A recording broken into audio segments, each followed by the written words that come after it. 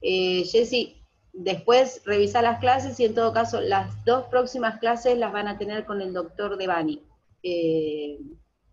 Así que después me vuelven a tener a mí, ¿sí? Así que te queda esa clase para preguntar. Arranco ahora con tomo de tórax, ¿sí? Ya vimos cuello el otro día con laringe, y ahora vamos a ver tórax, ¿tá? Es bastante común que pidan cuello y tórax, ¿sí? Porque cuando algunas patologías tienen que ver con la vía respiratoria, pueden pedirlas juntas.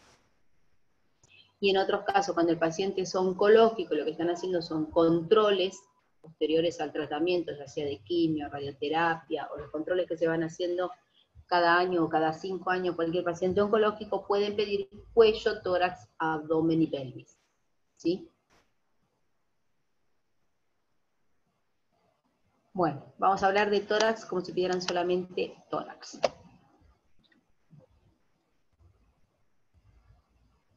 ¿Qué es lo que podemos ver en una tomografía de tórax? ¿Sí? Vamos a ver el mediastino y todo su contenido. Vamos a poder visualizar las paredes del tórax, visualizar el parénquima pulmonar, o sea, los pulmones en sí, y las relaciones que hay entre ellos, ¿sí? Entre mediastino, tórax, pulmones. Por eso da distinta información con respecto a la placa torácica. Siempre que realicemos una tomografía de tórax, vamos a tener el primer corte o el inicio de nuestra adquisición por encima del arco posterior de la primera costilla, o sea, por encima del opérculo torácico, ¿sí? Recuerden que el opérculo torácico va desde el manubrio del esternón, primera costilla, clavícula, ¿sí? Y primera dorsal. Ese anillo, voy a decir imaginario porque se une, se forma con estas estructuras, es la división entre cuello y tórax, ¿sí? El último corte siempre tiene que estar incluido el polo renal más bajo, el polo renal superior más bajo. Recuerden que los riñones tenemos uno más alto que el otro, ¿sí? Por lo general el que está más bajo es el izquierdo, pero bueno, va a depender de la anatomía de cada paciente. Pero nos tenemos que asegurar que tenemos el polo renal superior del riñón más bajo, porque eso nos asegura que tenemos incluidas ambas glándulas suprarrenales, ¿sí? ¿Qué quiere decir esto? Que cuando nosotros terminemos de cortar esa altura, obviamente vamos a tener parte del abdomen, ¿sí? Porque el tórax, la división anatómica es el diafragma, ¿sí? Y la división tomográfica, en todo caso, la finalización tomográfica de una tomografía de tórax son las suprarrenales, ¿está? El espesor de fotografiado es de 7 milímetros y el intervalo o índex puede ser de 7 u 8, nunca tiene que superar mucho más al espesor de corte, ¿sí? Eso es lo básico para la ventana de mediastino. Ahora lo vamos a ir viendo más profundamente. El paciente va a estar acostado de posición supina, ¿sí? La cabeza por debajo del cabezal, los brazos fuera del área a tomografiar, o sea que van a estar por arriba de la cabeza, ¿sí? Y por lo general los apoyamos en ese cabezal de cerebro que no estamos utilizando. Entonces nos quedan totalmente libres los campos pulmonares. Fíjense que es un pediátrico, tiene los bracitos por arriba. Vamos a hacer 2 scout view, uno de frente, que es lo más parecido a una placa de rayos, o una placa radiográfica, ¿sí? Y vamos a colocar nuestro primer corte por arriba, ven acá están las clavículas, está justo por arriba. Hablo de primer corte porque estoy hablando de tomografía convencional, ¿sí? Tomografía corte a corte. El último corte va a estar por debajo de los riñones. ¿Qué ocurre? En realidad cuando nosotros hacemos el scout no vemos los riñones, ¿sí? Pero sabemos que anatómicamente la mayoría de la gente tiene los riñones a la altura de L2 y L3, ¿sí? Entonces lo que hacemos es contar las vértebras. Cuando programábamos corte a corte, se cortaba de esta manera, ¿sí? Se hacía los cortecitos de 7 milímetros de espesor, cada 7 u 8 de intervalo. Hoy día, cuando trabajamos con el tomógrafo multicorte, este rectángulo amarillo que tenemos es nuestro campo de adquisición, es exactamente igual al inicio y finalización del anterior, y fíjense que dentro tenemos uno con color verde que dice reconstrucción. ¿Por qué es esto? La tomografía de tórax se hace con 2 ventanas, con 2 niveles de ventana, ¿sí? O sea que cuando hablamos de ventana estamos hablando de niveles que le vamos a poner de unidades Hanfield para ver las estructuras que tenemos en esa región. Normalmente tenemos la ventana de parénquima, una ventana ósea, una ventana de pulmón, son las ventanas más comunes que utilizamos. Bueno, el tórax siempre va a tener una ventana de mediastino, donde vamos a ver el mediastino, y una ventana de parénquima, donde vamos a evaluar los pulmones. ¿Sí? Entonces, cuando trabajamos corte a corte, teníamos que hacer toda esta adquisición que están viendo, todos estos cortecitos para adquirir el mediastino. Y luego se volvía a posicionar al paciente de inicio y se programaba, pero hasta solamente ángulos postofrénicos, con ventana de pulmón. La ventana de pulmón se hacía con cortes finos de 1 o 2 milímetros, dependiendo del tomógrafo que teníamos. Se colocaba una ventana de pulmón, se llama así, ventana lung en inglés, o pulmón, y se colocan filtros, ¿sí? Si realizábamos una ventana de pulmón normal, era sin filtro, simplemente con ventana de pulmón. Pero si nos pedían alta resolución, teníamos que aparte colocar un filtro duro que nos da muchísima más resolución de imagen. ¿Por qué explico esto? Porque hoy día que tenemos los tomógrafos multicorte, la verdad es que todas las ventanas son de alta resolución, pero las órdenes todavía siguen diciendo TACAR, tomografía axial computada, alta resolución. Entonces ponen TACAR, o ponen TC de tórax, alta resolución, ¿sí? Los tomógrafos nuevos, todas son de alta resolución. Cuando trabajábamos con convencional, hacíamos tomografía de mediastino, tomografía de ventana de pulmón, tomografía de alta resolución. O sea que el paciente pasaba 3 veces por el tomógrafo. La diferencia estaba que la alta resolución se realizaba solamente donde se encontrase la patología, que por lo general eran nódulos que se querían evaluar con mejor resolución. ¿Vamos bien hasta ahí? ¿Sí? Sí, todo bien. Bien. Profe, entonces, ¿cuáles son las 2 ventanas que se usan? Las que van siempre son pulmón. mediastino y pulmón. Ah, ok. Está dentro del protocolo de tomografía de tórax. Está ¿Sí? bien. Se fotografían en cortes axiales, en mediastino y en pulmón. Ok. ¿Estamos? Sí. Sigo. Entonces yo les dije que en algún momento nos pedían alta resolución. Cuando trabajamos, lo que les estaba diciendo recién, con cortes finos, ¿sí? Con algoritmo Sharp, que es el filtro duro, cortecitos de 1 o 2, hacíamos cada 10 milímetros si no había ninguna lesión, y si se encontraba algún nódulo o lesión, se acotaba esa alta resolución solamente al área de la lesión. Bueno, ¿qué pasa ahora? Vamos a evaluar entonces con una ventana de mediastino. Tenemos dividido el mediastino, ¿sí? Es igual que cuando lo estudian en anatomía. Mediastino superior, donde vamos a encontrar el timo, en los pediátricos lo vamos a ver mucho más grande que en los adultos, saben que es una glándula que se va hipertrofiando con el tiempo, ¿sí? Y tenemos los grandes vasos en el mediastino superior.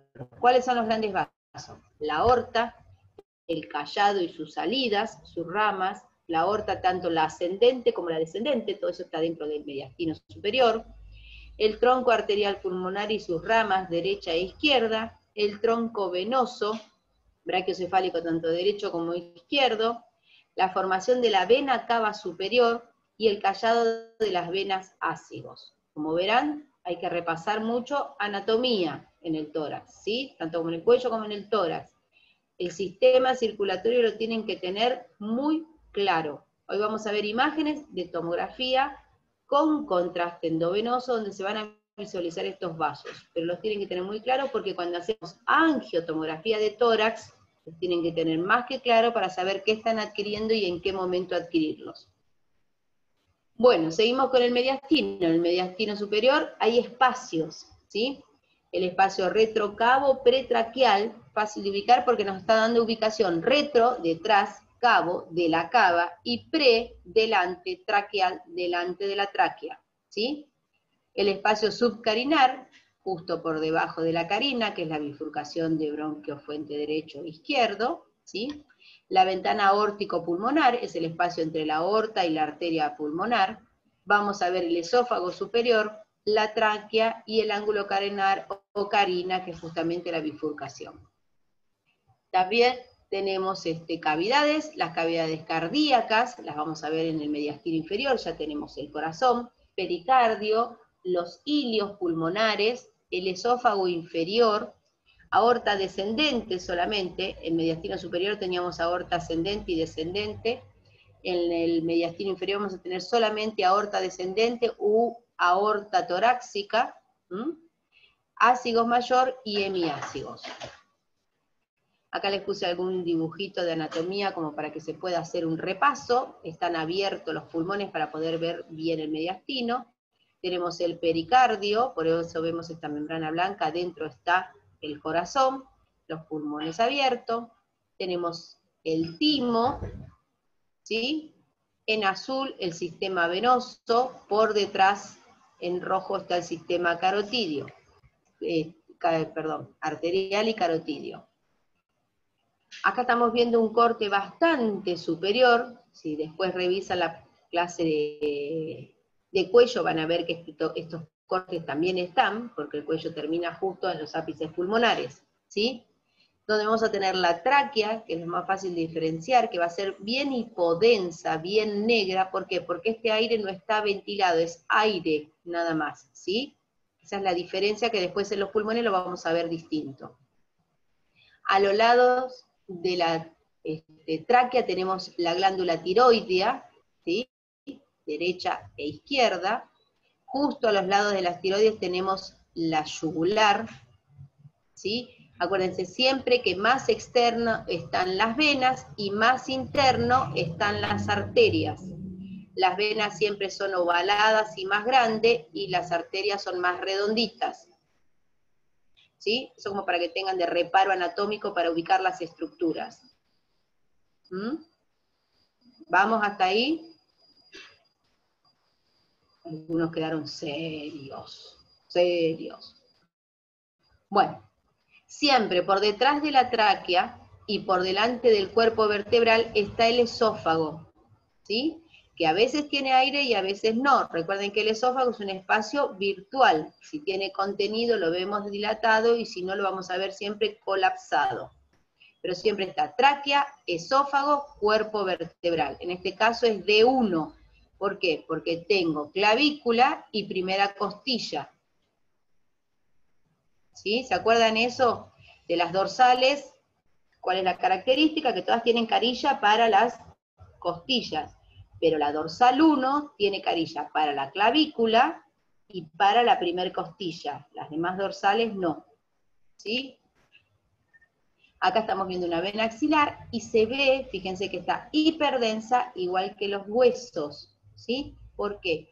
Porque tiene contraste venoso, tiene contraste iodado. El contraste endovenoso en tomografía siempre se ve hiperdenso, ¿sí? ¿Vamos hasta ahí? Yo en mi casa ya la tenía tapiadita, la tenía encerrada. Bueno, alguien abrió el micrófono, pero no para hablarme a mí, por lo visto. Bajo un corte, ¿sí? Sigo. Seguimos teniendo la tráquea, a los lados las tiroides, ¿sí? Yugular, las estructuras siempre están carótidas internas, ¿sí? Del lado izquierdo acuérdense que del callado sale la subclavia izquierda directa y la carótida interna izquierda, cosa que del lado derecho sale el tronco. Tráquea, esófago, cuerpo dorsal, ápices pulmonares.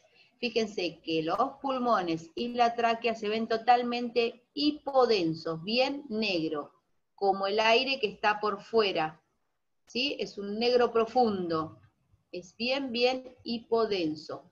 Si nosotros los pulmones los vemos así, totalmente negro, totalmente hipodensos, estamos en una ventana de mediastino, ¿sí?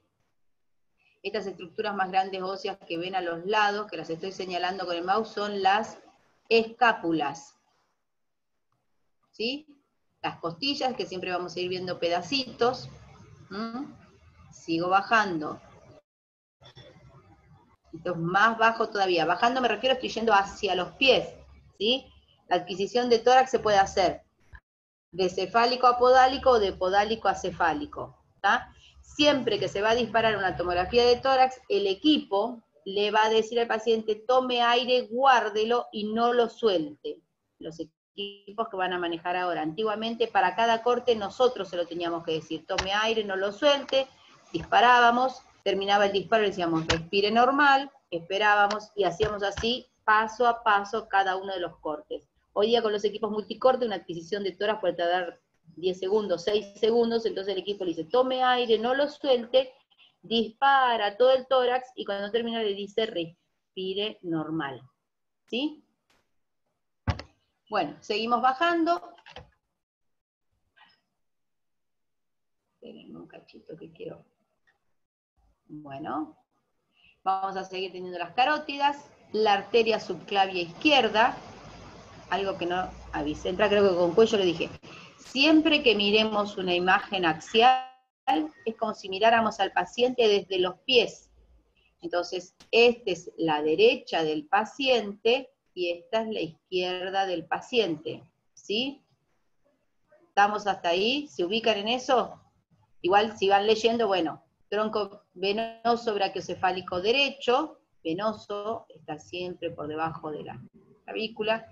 Arteria subclavia derecha está por debajo, arteria subclavia izquierda, ¿sí? Tronco venoso brachiocefálico izquierdo, y las carótidas. Tráquea, esófago, cuerpo de la dorsal, ¿sí? ¿Voy bien? Sí, sí, va bien. Gracias. Continúo entonces. Acá les puse unos dibujitos para que se ubiquen, tenemos las mismas estructuras, ¿sí? Esófago, tráquea, lo que pasa acá lo estamos viendo, ni siquiera es de frente, es medio oblicuo para poder ver todas las estructuras, ¿sí? Esto es, aorta ascendente, salió del corazón, salió del ventrículo, aorta ascendente, la sangre fluye para distribuirse a todo el organismo, callado, ¿sí? Y aorta descendente o aorta torácica. La relación que tiene con el tronco arterial pulmonar, que va a dar la pulmonar derecha y la pulmonar izquierda, ¿sí? Del callado, recuerden, va a salir el tronco arterial braquio derecho. Luego va a salir la carótida primitiva izquierda y la subclavia izquierda. En cambio, la derecha va a salir del tronco, después va a salir la carótida y la subclavia. ¿Se acuerdan eso de anatomía, no? Y tenemos la vena cava superior, ¿sí? Que se forma del tronco venoso brachiocefálico izquierdo y del tronco venoso brachiocefálico derecho. Traen sangre, entra por vena cava y va a ir al corazón. ¿Sí? Ahora que están más o menos ubicados en esto, esta rayita roja es el corte axial que vamos a ver en la siguiente imagen. ¿Sí? Corta justo por acá la feta y tenemos esta imagen. ¿Sí? Entonces vemos primera costilla, el tronco brachiocefálico izquierdo, la subclavia izquierda, carótida primitiva, ¿sí? Fíjense que estoy cortando y tengo tronco brachiocefálico, carótida, tronco, carótida, subclavia, esófago, que fíjense acá tiene un poquitito de aire, por eso lo vemos mejor, la tráquea, tronco arterial, ¿sí? ¿Qué pasa con estas imágenes que yo les estoy mostrando? Esto tiene contraste, ¿sí? Este contraste fue pasado a mano en el paciente. ¿Qué quiere decir eso? Que se le colocó una vía, el médico entró, pasó el contraste empujando el émbolo de una jeringa, terminó de pasar el contraste, salió el médico y lo disparamos. Entonces, como el flujo sanguíneo es permanente, porque el corazón no deja de trabajar, está moviéndose ese contraste dentro del torrente sanguíneo, y tenemos todos los vasos con un poco de contraste, por eso los podemos diferenciar, ¿sí? No está adquirido en ningún tiempo en particular, simplemente se pasó el contraste en forma de bolo, salió el médico y lo disparamos. Acá les puse el mismo corte, pero le agregué colores para que sea más fácil de ver. Todo lo que es arterial lo vamos a ver en rojo, todo lo que es venoso lo van a ver en celeste, esófago, a la tráquea ya no le pongo nombre, ¿sí? Y cuerpo vertebral, campos pulmonares. Voy bajando, tronco venoso, izquierdo, tronco venoso derecho, tronco arterial derecho, ¿sí? Carótida interna, subclavia izquierda. Carótida interna, izquierda. Ahora el corte es más bajo, ¿sí? Veo más elongado el tronco venoso, ¿ven? Está elongado. El derecho lo agarro más redondito, ¿sí? Carótida. Siempre recuerden que van a tener la tráquea, las arterias más cerca, más internas, y más externos siempre lo venoso, ¿sí?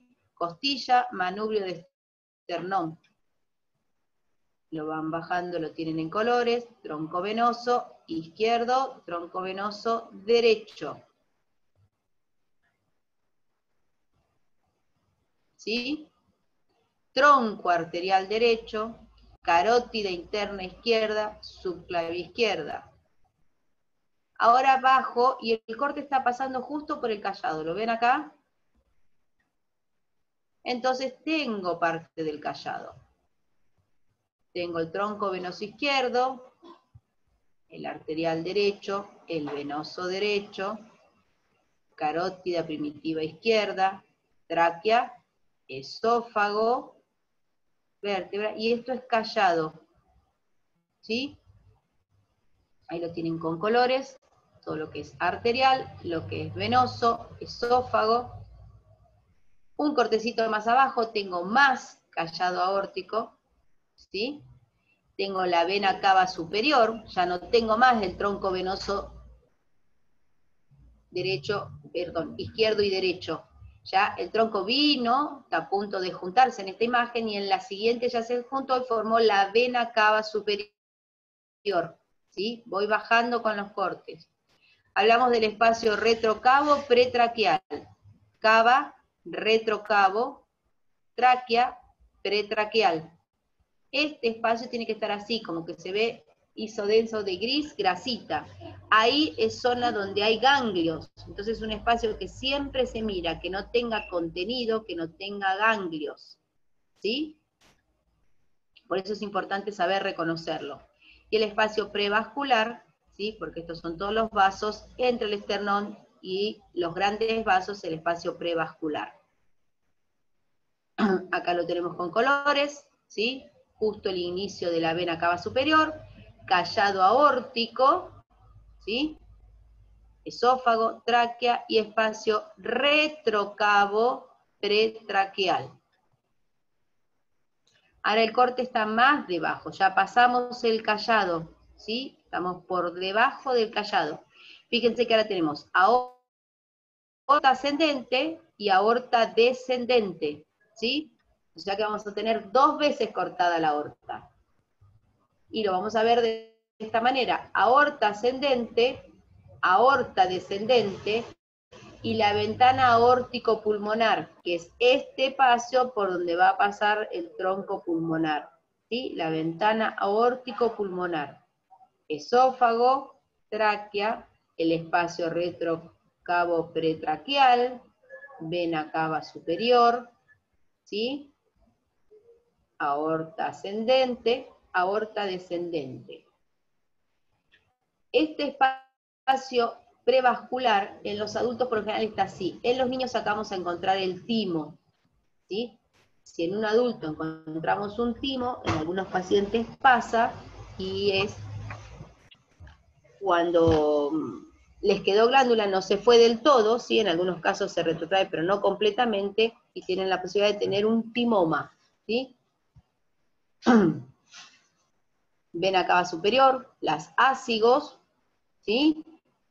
Esófago, aorta descendente o aorta torácica, que a partir de acá, si la anatomía entra entre el 80% de lo normal que existe, siempre va a estar a la izquierda del cuerpo vertebral. La aorta siempre va por la izquierda, o por lo menos la mayoría de las veces.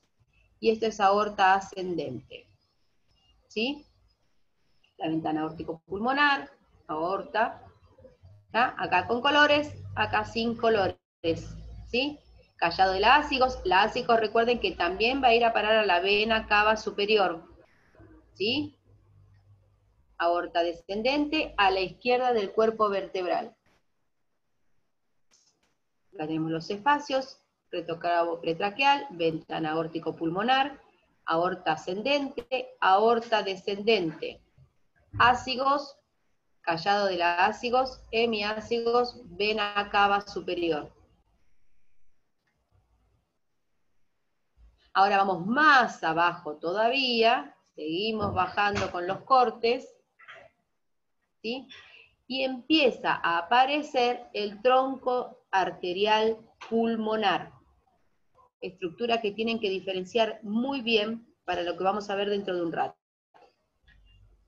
Sigo. Aorta ascendente, vena cava superior, la carina, ¿sí? Que es donde veníamos con tráquea. Ahora la tráquea se divide en bronquio fuente derecho, bronquio fuente izquierdo. Ese lugar donde se divide se llama carina, bifurcación carinal, ¿sí? Ácigos, aorta descendente. Y se empieza a ver la rama izquierda de la arteria pulmonar. Bajo, con color, ¿sí? Ahora estoy pasando justo por el tronco de la pulmonar. Ácigos, callado de la aorta, tronco arterial derecho, que va a dar carótida interna derecha y subclavia derecha. Acá directa sale la carótida izquierda y por detrás sale la subclavia. Este es el tronco venoso izquierdo, tronco venoso derecho, y van a formar la vena cava superior. Y por debajo tenemos el tronco de la arteria pulmonar, ¿sí? Acá vemos una rama izquierda y vemos parte del tronco. La carina acá ya está totalmente dividida, fíjense que está el tabique, bronquio derecho, bronquio izquierdo. Sigo bajando con colores, tronco pulmonar, aorta ascendente, aorta descendente, restos de vena cava, los espacios retrotraqueal, ¿sí? Veo más todavía el tronco pulmonar, y esta estructura es la que más tenemos que diferenciar. Lo que ocurre a veces es que dependiendo de la anatomía del paciente, la vemos en un solo corte y a veces en varios. Fíjense que antes veíamos la rama izquierda, ahora vemos el tronco y la rama derecha, ¿sí? Ya están totalmente divididos el bronquio izquierdo, bronquio derecho, esófago aplatadito, ¿sí? Aorta descendente. Vena cava superior, aorta ascendente. Acá está más con contraste todavía, acá tenemos poco contraste, en este está más pintado, tiene más contraste endovenoso el momento de la adquisición. Se los puse con colores, ¿sí? Entonces lo que tienen que recordar siempre es que por debajo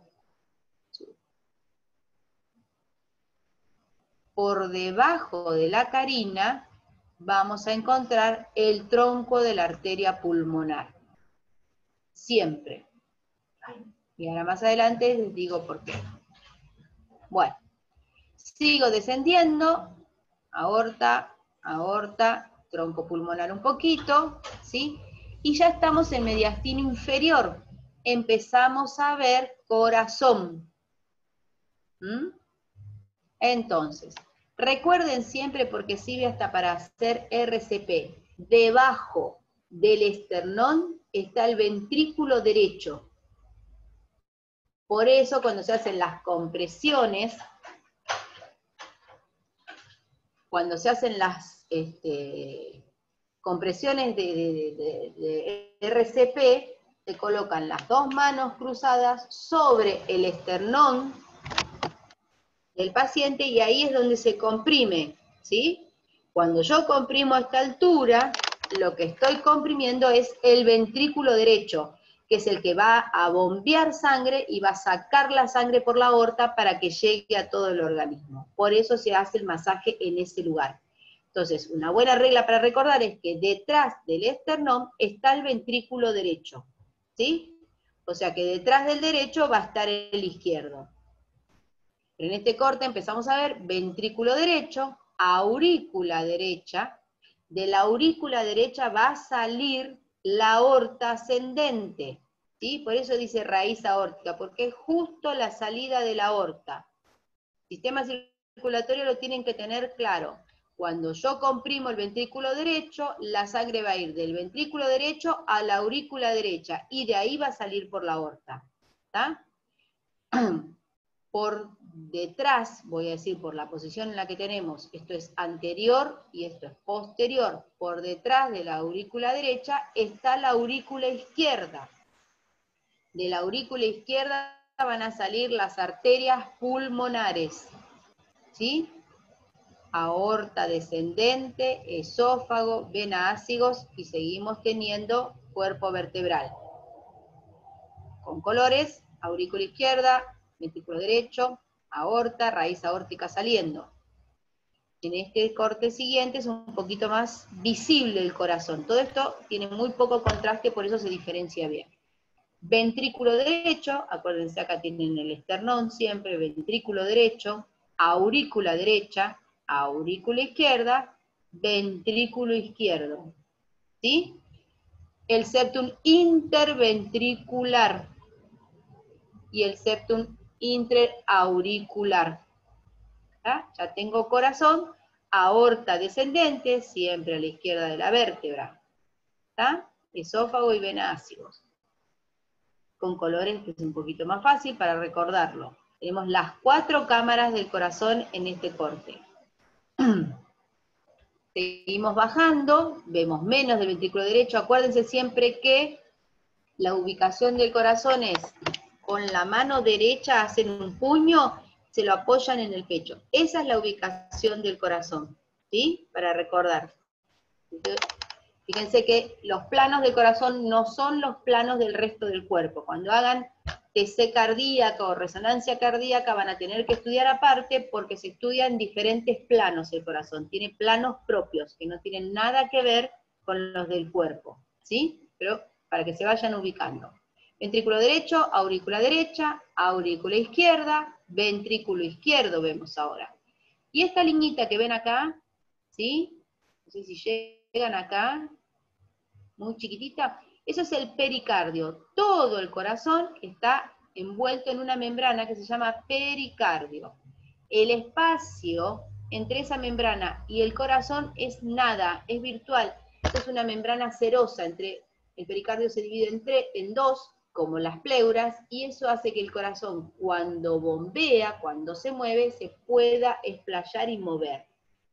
Es importante, es algo que el médico siempre va a mirar en una tomografía de tórax, que aquí no haya contenido, que no haya líquido o aire, ¿sí?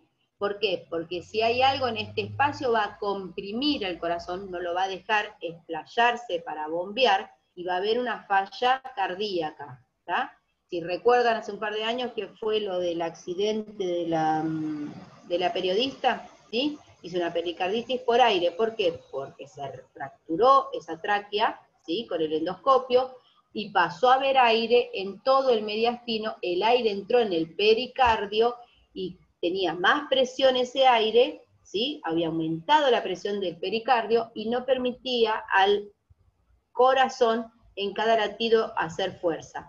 Por eso termina falleciendo. Ya les meto todo, yo les puse un poco de patología, un poco de anatomía, si no se me aburren, se me duermen. ¿Está? Sigo bajando. Lo vemos con colores, hermoso, ¿sí? Sigo bajando, el tabique interventricular. Si no tuviese contraste, los tabiques y las divisiones de las cámaras no se ven tan claras, ¿sí? Ayuda mucho el tema del contraste. Voy bajando. ¿sí? Cada vez queda menos, se sigue viendo el pericardio, miren qué bien se va viendo distintas alturas, ya no tengo casi nada de ventrículo izquierdo, la aurícula izquierda desapareció, tengo el seno coronario. Algo que tienen que recordar siempre es que la aorta apenas sale de la aurícula, las primeras ramas que dan son las coronarias. El corazón es lo primero que se irriga. Si el corazón no está irrigado, no puede irrigar el resto del organismo, ¿sí? Si alguna vez hacen el curso de angio-TC, es para ver las arterias coronarias. Sigo bajando, ¿sí? Ya queda solo el ventrículo derecho. Fíjense que esto es el apéndice sifoide, ya queda muy poquitito. Vena cava inferior, ya no veo más la vena cava superior. Ojo con eso, ahora estamos viendo la vena cava que también va a entrar en la aurícula, pero viene trayendo la sangre de los miembros inferiores. ¿Sí? Esto es un corte ya más bajo todavía, ya seguimos teniendo pulmones, ¿sí? Pero empezamos a ver hígado, vena cava inferior, el esófago, la aorta, el estómago, que como tiene contraste vemos las estrías. Esto que vemos acá, que se ve medio gris, que ni una cosa ni la otra, eso es se me fue. El diafragma, perdón, no me salía el nombre, ¿sí? O sea que de acá para arriba fue tórax y de acá para abajo comienza a ser abdomen, ¿sí?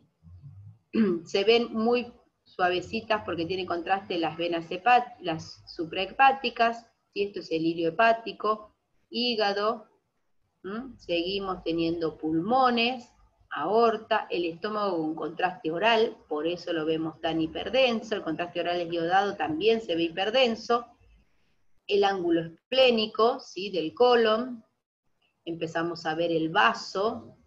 Todo esto sigue siendo tórax, por más que tenemos estructuras del abdomen, ¿sí?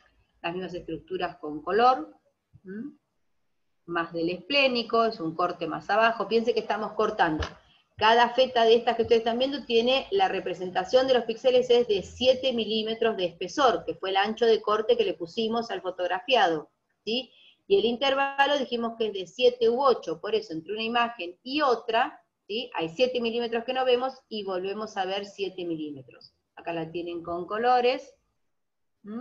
Sigo bajando, cada vez tengo menos pulmón, pero hay todavía. Veo los pilares diafragmáticos, ¿sí? El izquierdo y el derecho, que lo tienen con colores. Y empezamos a ver el fotografiado. Antiguamente, cuando se hacía corte a corte, para poder meter todas las imágenes, como los primeros cortes son muy pequeños, porque ahora siempre es más chiquitito, se hacía esto que se llama multiformato. En un cuadradito de la placa podíamos meter 2 cortes juntos, ¿sí? Eso hoy día se hace, pero no tanto, antes lo hacíamos más. Y si se fijan, ven acá, ven estos dos, esto es contraste endovenoso en un vaso. ¿En qué vaso? El contraste se coloca en el brazo, ¿sí? En la vena cubital o en la vena radial o en la vena humeral, y va a subir por la subclavia, entonces estamos viendo el vaso con contraste endovenoso. Lo ven acá, está entrando, esto es bien subclavia, ¿sí? Se sigue fotografiando, ahora ya tenemos contraste en el callado, acá tenemos el tronco, la vena cava superior. En este caso el esófago tiene aire, así que lo vemos más. Estas imágenes son un poco de un tomógrafo corte a corte, ¿sí? Por eso ven que la resolución baja un poco, pero siguen siendo diagnósticas. Acá tenemos bien el tronco pulmonar, ¿sí? Con la arteria pulmonar derecha, la salida de la izquierda, bronquio, fuente izquierdo, el derecho vemos un volumen parcial, acá estamos bien en la carina, por debajo de la carina tenemos el tronco, vena cava superior, aorta ascendente, aorta descendente, ¿sí? Fotografiado del tórax completo. Las imágenes que estuvimos viendo antes estaban todas con un pequeño zoom y cortadas para poder ver bien las estructuras internas, pero de esta forma se fotografía. Vemos la escápula, vemos bien las costillas, los músculos pectorales, los músculos deltoides y todos los del cuerpo, ¿sí? Todos los del tren superior. Sigo bajando. Comienzo a ver un poco de corazón, acá lo veo mejor, ventrículo derecho, aurícula derecha, parte de la aurícula izquierda, sigo bajando, más se ven las 4 cámaras, ¿sí? Acá se ven 3, la aorta descendente siempre está a la izquierda del cuerpo vertebral, empiezo a ver hígado, queda muy poquitito de corazón. Esto que ven acá que es movimiento, ¿sí? ¿Por qué? Porque como es de un equipo viejo, esto se adquiría con la apnea del paciente y los movimientos cardíacos no los podemos detener, entonces a veces nos hacía estas jugarretas. Vemos hígado, aorta, seguimos teniendo pulmón por delante y por detrás, esto es parte del vaso, ¿sí? Acá vemos el estómago con contenido, que es contraste oral. Vamos a ver un nivel, porque el paciente está acostado, así que el aire sube, el líquido baja, ¿sí? Acá tenemos algunas imágenes anatómicas de pulmón, para que recuerden por qué estamos cortando, por dónde y qué es lo que ocurre. Tenemos los 2 pulmones dentro de la pleura, ¿sí? Lo que está en azul es pleura, lo que está en rosa son los pulmones. Entonces fíjense lo que ocurre. Cuando está inspirado, los pulmones descienden porque se llenan de aire y rodean el hígado. Por eso cuando cortamos a esta altura, tenemos pulmón y dentro tenemos el hígado, ¿sí? O el estómago. Entonces, una vista anterior, vista posterior. Esto me imagino que les debe recontra gustar, como a todos, y es la segmentación pulmonar, ¿sí? Espero que no se haya dormido ninguno, díganme que están todavía. Vemos la columna dorsal, las costillas, estas son las clavículas, ¿sí? Tráquea, que la veníamos viendo, luego se dividió en bronquio fuente derecho, bronquio fuente izquierdo. Estos bronquios a su vez se van a dividir para cada lóbulo pulmonar. Lóbulo superior, lóbulo medio y lóbulo basal para el pulmón derecho, y recuerden siempre que el pulmón izquierdo tiene nada más que lóbulo superior y lóbulo inferior. Para cada lóbulo y para cada segmentación, el bronquio se va a seguir dividiendo, ¿sí? Por eso es árbol bronquial. Acá lo tienen más lindo con colores. Por suerte nosotros no lo tenemos que tener tan claro, el médico que informa sí, porque cualquier lesión que encuentre va a indicar en qué lóbulo está, cuál es el bronquio que está comprometido. Siempre recuerden que donde va un bronquio va una arteria y va una vena, ¿sí? Y lo que vamos a ver a partir de acá es la ventana de pulmón. Fíjense lo que pasó ahora. El aire de afuera es hipodenso, es totalmente negro. El aire de la tráquea también, porque es aire circulando, pero no es aire ventilado. En cambio, en los pulmones vemos negro, pero también vemos los vasitos y vemos los bronquios. Fíjense que no es tan negro, ¿tá? Si dentro de los campos pulmonares nosotros vemos aire totalmente negro, son bullas. Después cuando vean la clase de patología se los van a mostrar. Porque ¿eso qué es? Es una burbuja con aire atrapado, es un aire que no tiene intercambio gaseoso, no hace respiración, ¿sí? En cambio esto es con respiración. Y esto que estamos viendo acá es una lesión en parénquima. Cuando nosotros trabajamos con la ventana de pulmón, como en la imagen que están viendo, no vemos más nada, ¿sí? No se puede hablar ni de mediastino, ni de ventana ósea, ni de pulmón, ni de músculo. Solamente se puede evaluar el pulmón. Esto es una lesión bastante feita de pulmón, porque tiene como espículas, no está bien delimitada, ¿sí? Tiene características feas, fíjense, ¿sí? Se sigue viendo la lesión. Tengo muy buena definición de pulmón, pero no tengo del resto, ¿sí? Importante que puedan diferenciar cómo se ve el aire libre o atrapado y cómo se ve el aire que está siendo ventilado, ¿sí? Voy bajando, fíjense que yo sé que acá está el callado, que están los vasos, pero no se pueden estudiar, ¿m? Por eso todas las tomografías se fotografían, se presentan con ventana de mediastino, que es la que veníamos viendo, y con ventana de parénquima pulmonar, ¿sí? Los axiales tienen que estar en ambos casos. Después se puede complementar con sagitales y coronales. No es lo que más se utiliza, siempre se utiliza el axial, ¿sí? Voy bajando y acá tienen diferenciados los lóbulos con colores, ¿sí? Fíjense, vemos bien la carina, justo el momento de la bifurcación. Sabemos que acá está la aorta ascendente, aorta descendente, ¿sí? Los distintos lóbulos. los distintos bronquios que van saliendo, para poder irrigar cada uno de los lóbulos. Cuando vean estas líneas así, la ven acá que está bien marcada, esto es porque divide, es una cisura, ¿sí? Algunos cortes se diferencian bien, a veces no tanto, pero cuando algo es muy lineal es una cisura. Van bajando. La verdad, chicos, esta fase voy rápida porque no es para que en la clase de tomografía me sepan diferenciar todos los lóbulos. Eso con el tiempo, a medida que hacen tomografía, lo van a terminar aprendiendo y es lo ideal, ¿sí? Yo no lo exijo de entrada. A medida que bajo, fíjense, esto que está acá, ven que este aire es negro, no se ve como esto, se ve muy parecido al de afuera. Esto está atrapado. Acá no hay ventilación. Esta parte del pulmón no estaría funcionando, ¿sí? Ustedes saben que la respiración propiamente dicha se hace en el alvéolo, que es donde está el intercambio gaseoso. ¿Se acuerdan eso de la parte de fisiología de la respiración, no? Bueno, cuando está totalmente negro, ahí no hay intercambio gaseoso. Entonces, las patologías, después lo van a ver con el doc, como hay el enfisema pulmonar, las brullas, las bullas, son espacios que queda el aire atrapado y ahí no hay intercambio. Por eso van teniendo menor capacidad pulmonar los pacientes en ese caso, ¿sí? Zonas que no tienen ventilación propiamente dicha. Bueno, vamos de nuevo con el tema de la impresión, ¿sí? Si va a ir a un CD, es el fotografiado, como quieran llamarlo, pero es el postproceso que nosotros vamos a realizar con ese volumen, ¿sí?, que hemos adquirido con el tomógrafo multicorte. Vamos a hacer siempre partes blandas para ver el mediastino, ¿sí?, o ventana de mediastino, y las paredes, porque vamos a poder ver qué pasa con las paredes externas del tórax también. La ventana de parénquima pulmonar, para poder evaluar bien los pulmones, siempre se realizan las dos ventanas. Si se realiza alta resolución, se hace el doble fotografiado, ¿sí?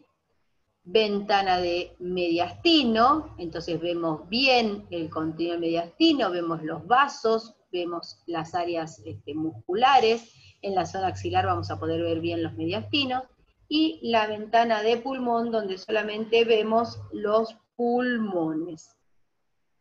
Protocolo de TEP, que es importantísimo, lo voy a pasar de largo en esta clase porque lo tengo en una clase posterior que me gusta más. A ver, déjenme ver si se les doy un poco de acá. Bueno, porque tengo dos clases de esto porque es importante. Déjenme, que voy a dejar de compartir. Tienen que ir la pregunta en el chat. Listo. En la respuesta. Bueno, habiliten cámaras. Quiero que hablemos antes de que yo entre en el protocolo de TEP, que es algo importantísimo que tienen que saber todos. Everybody. ¿Alguna duda hasta acá? ¿Alguna pregunta? No. Bueno, algo que les voy a aclarar. Normalmente el tórax se estudia sin contraste endovenoso, ¿sí? Yo las imágenes que les pasé son con contraste endovenoso para que les ayude a ustedes a diferenciar mejor los vasos, ¿tá? Pero siempre que se aplique contraste endovenoso es para ver los vasos del tórax. Las patologías torácicas no lo necesitan, excepto una patología que se llama secuestro pulmonar, que se dan los chiquitos, después lo verán con el doctor, pero después todas las demás patologías no necesitan contraste endovenoso, a excepción de lo que son las angio del tórax, ¿sí?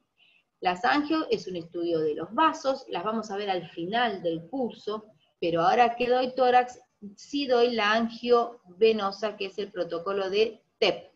Las siglas TEP quieren decir tromboembolismo pulmonar, ¿sí? Entonces estamos hablando de unos trombos, de unas embolias, o sea, unos coágulos de sangre que se van a alojar en las pulmonares. Acuérdense que las pulmonares son las que llevan el aire, ¿sí?, para que después se produzca la respiración. Si esas arterias se tapan, no hay aire, patapúfete, ¿está? Entonces es una angiotomografía pulmonar de urgencia.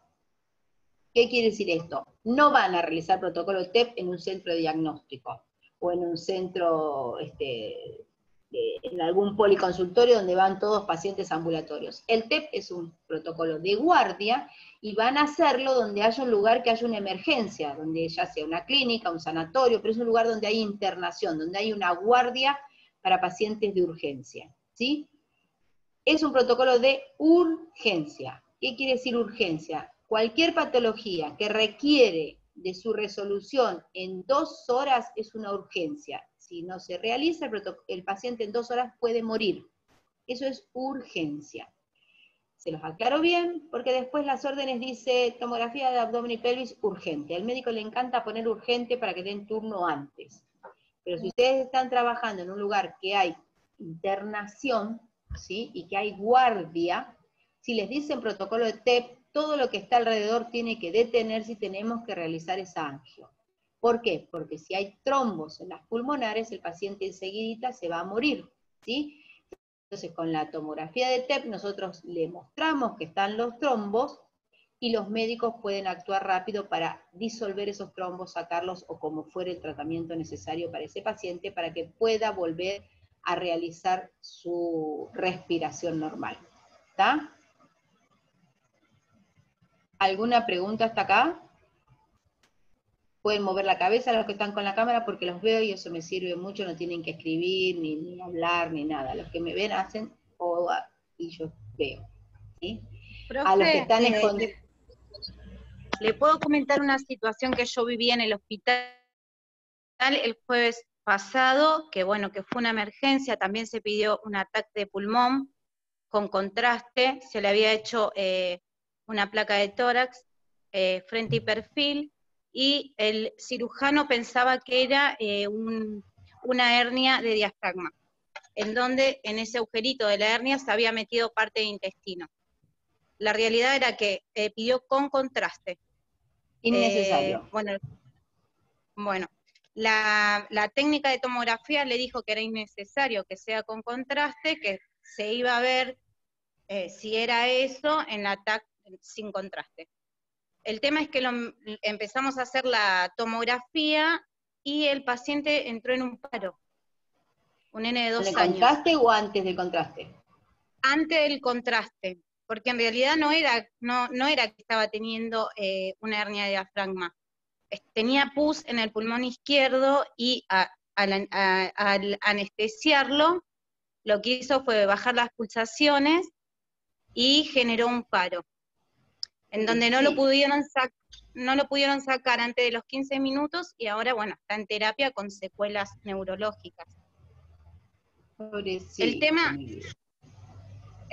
es que ahí en ese momento el médico cirujano exigía que se haga con contraste. O sea, pasó esto antes de que se haga la TAC, pero bueno, en ese caso, por ejemplo, si el paciente estaba entrando al tomógrafo y todavía no generaba el paro, íbamos a estar en medio de la tomo, iba a generar un paro ahí. ¿Qué se hace en ese momento? ¿Me entiende lo que le... Como primera indicación que les doy, comentario, y que bueno, por lo general lo doy después cuando llego a la parte de contrastes y inyección. Primero que nada, legalmente nosotros no podemos pasar contraste. Técnicos ni licenciados los avala la ley para pasar contraste. Ni siquiera nos avala para colocar una vía. ¿Sí? Eso es algo totalmente legal. Cualquiera de nosotros que lo haga está haciendo ejercicio ilegal de la profesión. ¿Está? En cualquier lugar donde nosotros trabajemos, para hacer toda esa actividad, tiene que estar el médico radiólogo. Es el médico el que pasa o no el contraste endovenoso. Es el médico radiólogo el que decide si se realiza o no el contraste endovenoso. ¿Sí? No el técnico. Sí. Esto pasó a las 10 de la noche. No importa, en el 95% de los lugares el técnico está solo, porque es más barato, chicos. Esto es así de simple. Sí. Yo voy a hablar con la crudeza. Es simple, es más barato, se ahorran un sueldo, el del médico. Lo que nos pagan a nosotros por estar de guardia no es ni un cuarto de lo que cobra el médico por estar de guardia. ¿Sí? Entonces, en muchísimos lugares trabaja el técnico solo. ¿Qué ocurre a partir de acá? Todos ustedes están haciendo el curso y lo que quieren es trabajar. Entonces, más de uno de ustedes probablemente esté trabajando en un kiosco, en una zapatería, en su casa, está buscando trabajo y cuando aparece el trabajo aceptan. Y cuando van al lugar de práctica lo primero que quieren hacer es aprender a colocar vías. y lo primero que quieren hacer es aprender a pasar contraste. ¿Por qué? Porque cuando busquen trabajo es lo primero que les van a preguntar. Si ustedes aplican o no contraste, si saben o no colocar vías, ¿está? Entonces estamos en la disyuntiva permanente. Los técnicos radiólogos quieren trabajar y terminan haciendo algo que no les corresponde, ¿está? Y los empresarios, voy a decir entre comillas, porque son los que contratan, les sirve mucho que el técnico haga todo y que el médico no esté. Y el médico después informa. Y ahora se usa mucho el informe virtual, entonces las imágenes viajan por la nube, y el médico desde su casa se sienta en una computadora, hace el informe y lo envía. El tema es el siguiente. Si ese chiquito hubiese entrado al equipo, si el técnico hubiese pasado el contraste, el chiquito hubiese hecho el paro dentro del tomógrafo, ¿sí? Probablemente con el contraste lo hubiesen complicado y no lo hubiesen sacado. Estaría hoy día velándose. Pase lo que pase, ya sea que se muera o no, si hay una demanda, ¿está bien? Pónganle que los papás del chiquito, hablamos de chiquito porque ella nombró un chiquito, esto puede pasar con un adulto, con un viejo, con lo que fuere. Si algún familiar hace una demanda porque hay una muerte, quiere saber por qué se murió, ¿sí? Cuando intervenga la ley, el hilo se corta por lo más fino. ¿Quién pasó el contraste? Yo, que estaba de guardia solita y a mí me pidió el médico que lo pase. Usted no está habilitado. ¡Pim! Afuera la matrícula. ¿Está? Y ningún médico, ninguno, a no ser que sea el papá de ustedes o la mamá de ustedes, va a decir, no, no, lo pasé yo, se me murió a mí, yo soy médico, yo decidí. Nadie va a mentir por nosotros, chicos, nadie. Entonces, ¿cómo se combate esto? La verdad es muy simple, no tenemos que tomar trabajos donde no haya médicos y hay que pasar contraste. Eso está en nosotros como técnicos, como licenciados, combatir eso. ¿Está? ¿Lo quieren hacer? Háganlo, pero sepan que el día que pase algo, ustedes van a ser la carne de cañón. Porque así como ustedes estudiaron, pagaron su cursada o fueron a la pública, no importa, ahora están haciendo un curso que lo están pagando y se están capacitando, a ustedes les costó esa matrícula. Como al médico le costó su matrícula, también estudió muchos años, también tuvo que prepararse, también hace la especialidad para tener una matrícula la cual paga anualmente, nosotros cada 5 años. Pero esa matrícula, que es lo que nos habilita a trabajar, si por pasar contraste nos la sacan, no trabajan nunca más. Se van a meter todo lo que estudiaron en el bolsillo. ¿Sí? Discúlpenme, yo soy una de las que más pelea con esto, van a escuchar técnicos que van a decir, bueno, sí, pero para agarrar el trabajo, las reacciones son mínimas, no hay tantas reacciones porque los contrastes mejoran, todo eso es verdad, pero la ley no nos cubre, no nos avala a nosotros para pasar contraste. ¿Ah? Aparte de preparación, no vemos, piensen que tampoco nosotros podemos medicar, entonces ante una reacción, el médico tiene que actuar y tiene que medicar y tiene que entubar a ese paciente para no perderlo. ¿Ah? Nosotros todo eso, díganme algunos de ustedes si durante los 4 o 5 años de radiología estudiaron eso. No, no lo tenemos, no existe esa materia. Quizás dentro de unos años, bueno, nuestra currícula cambie, mejore, después tiene que cambiar la ley para que nos habilite. ¿Sí? Ahora, si en el servicio hay enfermero, el enfermero por ley puede colocar vías y puede colocar medicación. ¿Pero cómo? ¿Por decisión propia? No.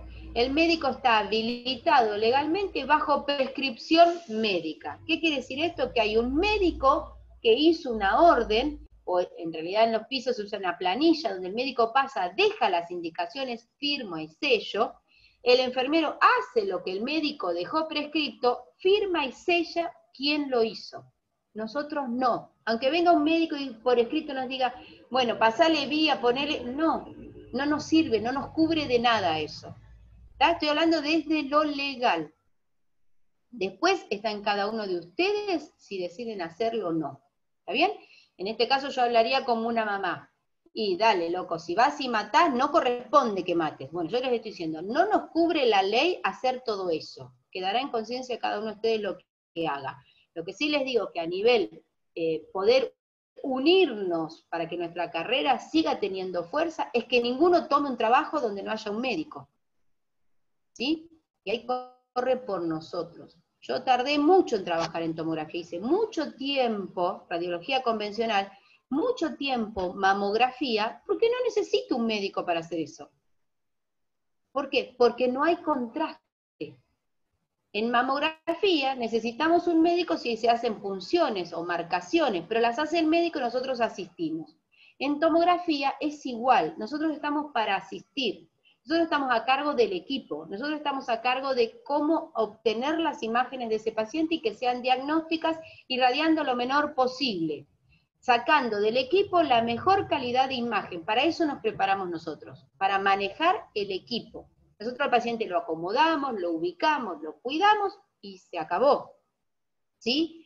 El pase del contraste es del médico. El atender al paciente, si le pasa algo, es del médico. En muchos lugares hay médico y técnico, entonces ustedes con el tiempo se van a preparar para conocer materiales y drogas que puede necesitar el médico. ¿Por qué? Pues si hay un accidente, si algún paciente entra en crisis, el médico va a decir, pasame la adrenalina, pasame esto, colocar la bigotera, piripipi, un montón de cosas que es real que nosotros tampoco las estudiamos, que sí las estudia enfermería. ¿Tá? Pero nosotros podemos asistir, pasarle al médico lo que nos está pidiendo. ¿Está bien? Yo después tengo una clase de contraste donde les voy a decir, les voy a nombrar un montón de cosas que a ustedes les va a servir. Pero no estamos legalmente autorizados ni a poner una vía, o sea, pinchar al paciente, ni a pasar un contraste. ¿Tá? Entonces, lo ideal es que no trabajemos solos. En algunos lugares va a pasar que si ustedes ponen vía y pasan contraste, el médico va a estar en la sala de al lado o en el escritorio y dice, sí, pasalo vos, cualquier cosa me avisás. Está bien, el médico está cerca. Yo quiero saber igual, si pasa algo, si el médico va a decir, yo lo estaba pasando. Porque en el momento que diga, yo estaba a 2 metros, luego fui a asistir al paciente, ¿quién pasó el contraste? Va a decir el abogado del diablo, el técnico. Ah, cagaste, hermano, no podés pasar contraste. ¿Sí? Cuando pasa algo, y piénsenlo ustedes, si les pasa a un familiar de ustedes, e inician una demanda, ustedes quieren hasta las últimas consecuencias que caiga quien tenga que caer. ¿Quién es el primero que va a caer? El radiólogo, porque está haciendo algo que la ley dice que no lo puede hacer. ¿Está? ¿Se entendió, Carolina? No sé dónde estaban ustedes, pero ahí tiene que estar el médico para decirle al cirujano no. ¿Por qué? Porque vos vas a hacer el estudio, y el médico radiólogo va a informar y le va a decir al cirujano si tiene o no tiene hernia hiatal o lo que fuere. Entonces, por más que las órdenes digan con contraste endovenoso, la palabra final de pasarlo es del médico radiólogo. Claro. No, acá, o sea, todo se hace así como vos estás explicando. Vienen con vía, el contraste lo pasa el médico o lo asiste el anestesiólogo. Nosotros como técnicos no hacemos nada con respecto a eso. Pero bueno, en realidad acá lo que pasó fue que él exigía que se haga con contraste y no había un médico radiólogo a la noche como para decir no, no la hago con contraste. En ese caso sí pasó eso. La verdad es que si ustedes trabajan así de noche, ponele que llega el cirujano y quiere el contraste endovenoso sí o sí, la orden tiene que decir que lo está pidiendo con contraste endovenoso, tiene que tener firma, sello, tiene que haber un consentimiento, que en el caso de ser un menor lo tendría que haber firmado la mamá o el papá. ¿Sí? Se hizo todo eso. Si los menores llegan solos, vieron los accidentes, esas cosas, firma el médico el consentimiento, el médico solicitante lo firma, ¿sí? Y si no hay un médico radiólogo, el cirujano pasa el contraste, vos solamente adquirís la imagen. Exacto. Sí. Que lo pase nosotros él. siempre... Le preparás la jeringa, le decís, doctor, necesito estos 10, 5 ml de contraste endovenoso, lo pasa cuando yo le digo, él lo va a pasar y vos disparás la tomografía. Exacto. Sí, sí. ¿Sí? Se pone Esa el es la forma en chaleco, que se el trabaja. médico y... Sí, se pone el chaleco el médico y mientras vamos haciendo el estudio... La verdad que ni siquiera con chaleco, Caro. Lo pasa y sale de la sala y vos lo disparás cuando sale. No es necesario que se quede. ¿Está? Porque no es un angio, es un contraste. Es decir, páselo rápido, lo que llama embolo. Lo pasa, sale y vos disparás. Doctor, profesora, y cuando hay, por ejemplo, una bomba, nosotros tenemos bomba ahí, preparamos por ahí, sí te mandan a preparar el contraste, y ellos, o sea, nunca estuve yo por eso, pero sé que hay una bomba, y ellos preparan la bomba y va pasando por minutos, segundos, ¿no? ¿Es así? Ahora en la próxima clase de abdomen vamos a ver bomba. Ah, perfecto. No te Bárbaro. Así Gracias. nos seguimos llenando de cosas. Todo lo que sea angio, como lo que vamos a ver ahora, que es el protocolo de TEP, se hace con bomba. ¿Sí? Bueno, vuelvo a poner, ¿alguna pregunta al resto de todo lo que dije? ¿Alguna duda? Esperen que estoy leyendo el chat. Sí, el hecho de que haya bomba, chicos, igual la bomba lo que hace es, en vez del médico hacer esto, aprieta el botón. ¿Está bien? Sigue siendo incumbencia del médico. Va a pasar que ustedes la van a saber manejar, la van a preparar, como dijo Carolina, la van a cargar todos los chiches, pero en el final, el que decide qué flujo, qué volumen y en qué momento es el médico. ¿Está? Bueno. Ya lo digo ahora para que después no me olvide. Cuando se trabaja con bomba, el médico tiene que estar sí o sí ahí, porque ¿qué pasa? Una cosa es que el médico esté al lado del paciente pasando el contraste y va a ver la reacción del paciente. Pero si lo está pasando con bomba, no hay nadie en la sala. ¿Sí? Entonces tenemos que estar mirando al paciente adentro, tiene que el médico estar mirándolo, porque si el paciente empieza a hacer algún tipo de reacción, que obviamente se va a mover, va a toser, va para todos lados, el médico tiene que entrar y actuar. ¿Sí? Bueno. Sí. Estábamos por acá. Entonces, vamos a empezar con el protocolo de TEP. TEP quiere decir tromboembolismo pulmonar. No confundir TEP con PET, que es otro tipo de estudio, que se hace en medicina nuclear, el PET. Esto es TEP, tromboembolismo pulmonar. Es una angio, ¿sí? ¿Tiene contraindicaciones? Sí la tiene. Alergias al contraste iodado, pues si no, en vez de salvarlo, lo vamos a matar.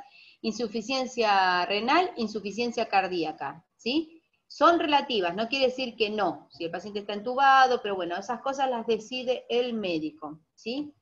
¿Qué tiene de particular la angio-TC? ¿Por qué nos sirve? Porque hacemos reconstrucciones multiplanares, ¿sí? Esto apareció a partir de los equipos helicoidales y multicortes.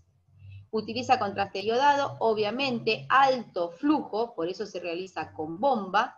Utiliza radiaciones ionizantes, obviamente, porque lo hacemos por TC, ¿sí? Un paso previo para el diagnóstico de un tromboembolismo pulmonar es el ecodoppler, ¿sí? Vamos a evaluar las arterias pulmonares, la vena cava y las ramas. Vamos a encontrar los trombos, o si ese TEP está haciendo por una compresión extrínseca. ¿Qué quiere decir esto? Piensen en una manguera, están regando las plantas, y en vez de salir el chorro que tiene que salir, sale menos. ¿Por qué sale menos? Porque hay algo adentro de la manguera que obstaculiza ese flujo, eso es un trombo. Pero si es porque alguien me está pisando la manguera afuera, entonces es una compresión extrínseca, o sea, hay algo por fuera del vaso que lo comprime y no le permite mantener el flujo. Esto lo voy a pasar. Esta es una forma en la que se veían los trombos. Hay una región, porque hay una parte de alguna arteria que está tapada y una parte que no va a irrigar. Esto está hecho por gammagrafía pulmonar, ya no se utiliza, pero antiguamente se realizaba. Esto está hecho por hemodinamia, ¿sí? Esto es dinámico, el contraste va pasando, lo vemos por un equipo arco, similar al arco en C, pero esto es en hemodinamia, y se ve el trombo. Característico de hemodinamia, vemos los vasos hipodensos y el trombo hiperdenso, ¿sí? Cosas que necesitamos para un paciente, lo voy a hacer en el otro PowerPoint. Voy a salir de este, disculpen, voy a poner el otro que me gusta más. Vamos a ver el protocolo de TEP, ¿sí? Formas de estudiar un TEP, de saber si el paciente tiene un TEP. Todo esto es en laboratorio, dímero D, gasometría arterial, marcadores cardíacos. Se saca sangre del paciente, se manda al laboratorio, en pocos minutos se hace esto, lo que hacen es medir gases, ¿sí? Medir cuánto oxígeno hay en sangre. Si bajó la cantidad de oxígeno, obviamente es porque no está oxigenando bien. El electrocardiograma, ¿qué pasa? Si el paciente no oxigena bien, no respira bien, va a tener una taquiapnea el paciente, ¿sí? O una taquicardia, perdón. Taquiapnea también porque empieza con dificultad respiratoria. Profe, no se Muchas ve la veces pantalla. Ah, ¿no? No. Perdón. Menos mal que me avisaron. Yo iba a seguir, ¿eh? Vamos de nuevo. ¿Ahí lo ven? No, No, profe, No. ahí parecería que Ahí sí, sí. Ahora ahí sí. ¿Ahí sí la ven? Sí. Bueno, ¿ahí sí? Sí. sí, sí. Bueno, sigo. Estaba hablando acá, todo lo que hablé hasta ahora es esto de laboratorio, ¿sí? Un electrocardiograma, porque si el paciente está teniendo dificultad respiratoria, una disnea, obviamente el corazón va a latir diferente, entonces el electro va a salir alterado. Todo esto se está realizando en la guardia cuando el paciente llegó, ¿sí? Una radiografía de tórax sirve, pero si en el centro que estamos ahí, Doppler y tomografía la van a saltar, para no perder el tiempo de que vaya, a no ser que haya equipo de rayos en la guardia misma, ¿sí? El ecodoppler de miembros inferiores y cardíacos sirve, ¿tá? Pero no de guardia, es cuando se está estudiando posterior, ¿m? Se tarda mucho en hacer un ecodoppler de miembros inferiores. ¿Por qué de miembros inferiores? Por lo general, los trombos que llegan al tórax, ¿sí? Que los que van a provocar el tromboembolismo pulmonar, está asociado a una enfermedad que se llama TBP, trombosis venosa profunda. Ustedes saben que todo el sistema venoso de los miembros inferiores, ¿sí? Que tienen valvulitas, las venas de las piernas y todo lo bajo, ¿por qué? Porque si no, por gravedad, la sangre se quedaría abajo, entonces para que suba hasta llegar al corazón por la vena cava inferior, tenemos unas válvulas que van haciendo que eso suba. En algunos pacientes, estas válvulas fallan, empieza a haber más, ¿cómo se llama esto? Que en las piernas que son tan feo, varices y distintas cuestiones que hacen que ese sistema falle, y la sangre queda más retenida, más lenta, y se van haciendo coágulos. En algún momento ese coágulo sube, y si llega al tórax es donde viene la complicación. Entonces, haciendo Doppler de miembros inferiores o Doppler cardíaco, se va a saber si hay coágulos dando vuelta. ¿Por qué? Porque el Doppler lo que va a hacer es medir el flujo de los vasos, ¿sí? La tomografía computada, ya sea la helicoidal o multicorte, que nosotros somos el gold estándar para ver un tromboembolismo pulmonar, el sistema más rápido, más efectivo, y la angiografía de arterias pulmonares, que en el caso de no haber tomografía se lo puede mandar al paciente hemodinámica. ¿Cuáles son las ventajas de la tomografía? Menor tiempo de adquisición, entre que el paciente llega y se va con un diagnóstico, no pasaron 10 minutos con toda la preparación, es más accesible, más fácil.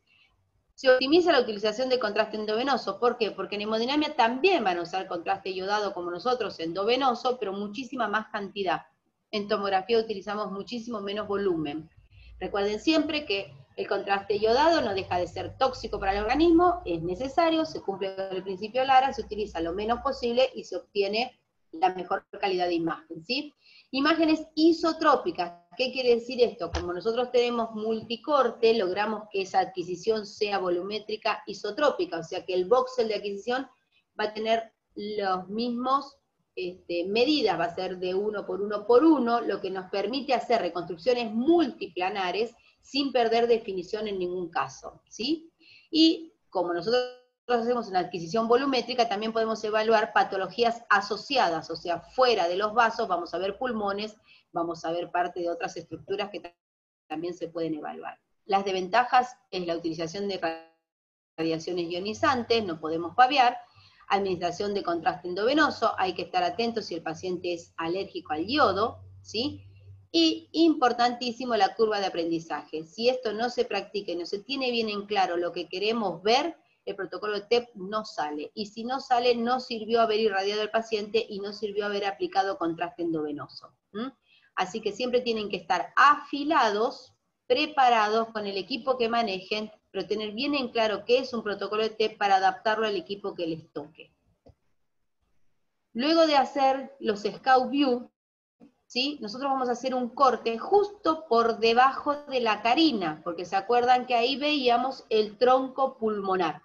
Para nosotros saber si las pulmonares tienen un trombo, necesitamos que el contraste esté en las pulmonares, no en otro lugar. ¿sí? Entonces vamos a hacer un corte justo por debajo de la carina, de la bifurcación de la tráquea. Y vamos a hacer una adquisición pulmonar y perdón, que esta es reconstrucción, y la adquisición general que va a ser de todo el tórax. Entonces, con un solo barrido vamos a tener para estudiar el mediastino, para estudiar los pulmones y para estudiar los vasos en tiempo arterial. Una vez que hicimos este cortecito, que es un corte solo que el equipo realiza de forma axial, vamos a ver el tronco pulmonar, ¿sí? No anoten este valor porque lo estoy poniendo a modo ilustrativo, porque dependiendo del equipo que manejen es el valor que van a colocar, ¿sí? Lo que quiero que sepan es que en el tronco de la pulmonar vamos a colocar un ROI.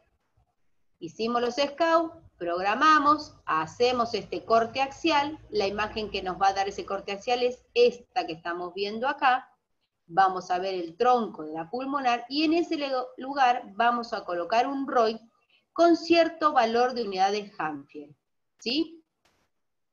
¿Qué va a ocurrir? Cuando pasemos el contraste, el equipo va a censar en este lugar. Y cuando lea las unidades Hanfield que nosotros pusimos, el equipo va a barrer solo, va a realizar la tomografía en el tiempo exacto. Importantísimo con la utilización del medio de contraste. La verdad es que nosotros no elegimos, pero lo ideal es que se utilicen medios de contraste no iónicos, son menores las probabilidades de tener algún accidente con el paciente.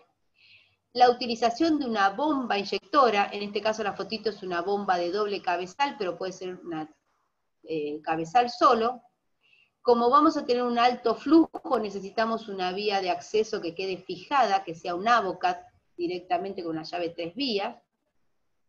Fíjense que acá hay varios colores. Lo ideal para un TEP es que tengamos un 18 o un 20, que es el rosa o el verde. De ahí para abajo no nos va a permitir el flujo de 4 a 5 ml, ¿sí? Y el volumen, o sea, la decisión de cuánto contraste se le va a al paciente, depende del tiempo de barrido. O sea, cuando yo programé la adquisición, ¿sí? En alguna solapa o espacio, según la marca que estén manejando, va a decir cuánto tarda en barrer, ¿sí? Cuánto tarda en hacer el scan. Entonces, si en hacer este barrido el equipo tarda 10 segundos, yo voy a calcular el volumen de contraste con un mínimo de 10 segundos, más los 10 segundos que tarda el contraste en llegar hasta el tronco de la pulmonar, y eso va a definir qué volumen le voy a incorporar. Con respecto al catéter, ¿sí? Al Avocat que colocó el enfermero o el médico en el paciente, dependiendo el calibre del catéter, es el flujo que yo puedo poner. Dijimos que para realizar un TEP necesitamos un alto flujo, o sea que es entre 3 y 5 ml por segundo, con un 20 o con un 18, ¿sí? Un 16 es raro que lo coloquen en el servicio, es un paciente que está internado y trae un acceso más grande desde el piso. Pero necesitamos un 18 o un 20 para tener un alto flujo. Estamos hablando de adultos. Si ese paciente es pediátrico va a tener un 22, 24 o 25 y baja el volumen, el flujo, perdón. ¿Sí? Siempre es importante que la vía para colocar para un TEP tiene que estar del lado derecho, porque es la forma en la que va a ingresar el contraste y los tiempos que tenemos calculados en los equipos, no del lado izquierdo, porque si entra del lado izquierdo tiene que atravesar todo el tórax para ir a formar la vena cava y pasar. Entonces esto significa mayor cantidad de contraste al paciente, ¿sí? Mayor tiempo de censado hasta que el contraste llega a la vena cava. ¿Vamos hasta ahí? ¿Cómo voy? Se durmieron, nadie me contesta. Bien, profe. Bien, profe. Bueno. Alguien dígame algo. Listo. ¿Se va entendiendo hasta ahí? Sigo. Una vez que nosotros hicimos esa adquisición en el tiempo que realmente necesitamos que el contraste esté en el tronco de la pulmonar, vamos a hacer postproceso en MIP, ahora explico lo que es MIP, podemos hacer 3D y podemos hacer planos oblicuos, que eso es lo más importante, ¿sí? Distintos planos de adquisición. Vamos a detenernos ahora en las siglas MIP. Todos los tomógrafos realizan ventaneos en MIP. ¿Qué quiere decir MIP? M de máxima, I de intensidad, P de proyección. Y ahora paso a explicar algo que vimos en las primeras clases. ¿Se acuerdan que el píxel es la representación de los grados de atenuación de ese voxel? ¿Sí? O sea que hace una tonalidad de gris dependiendo de la representación de ese voxel.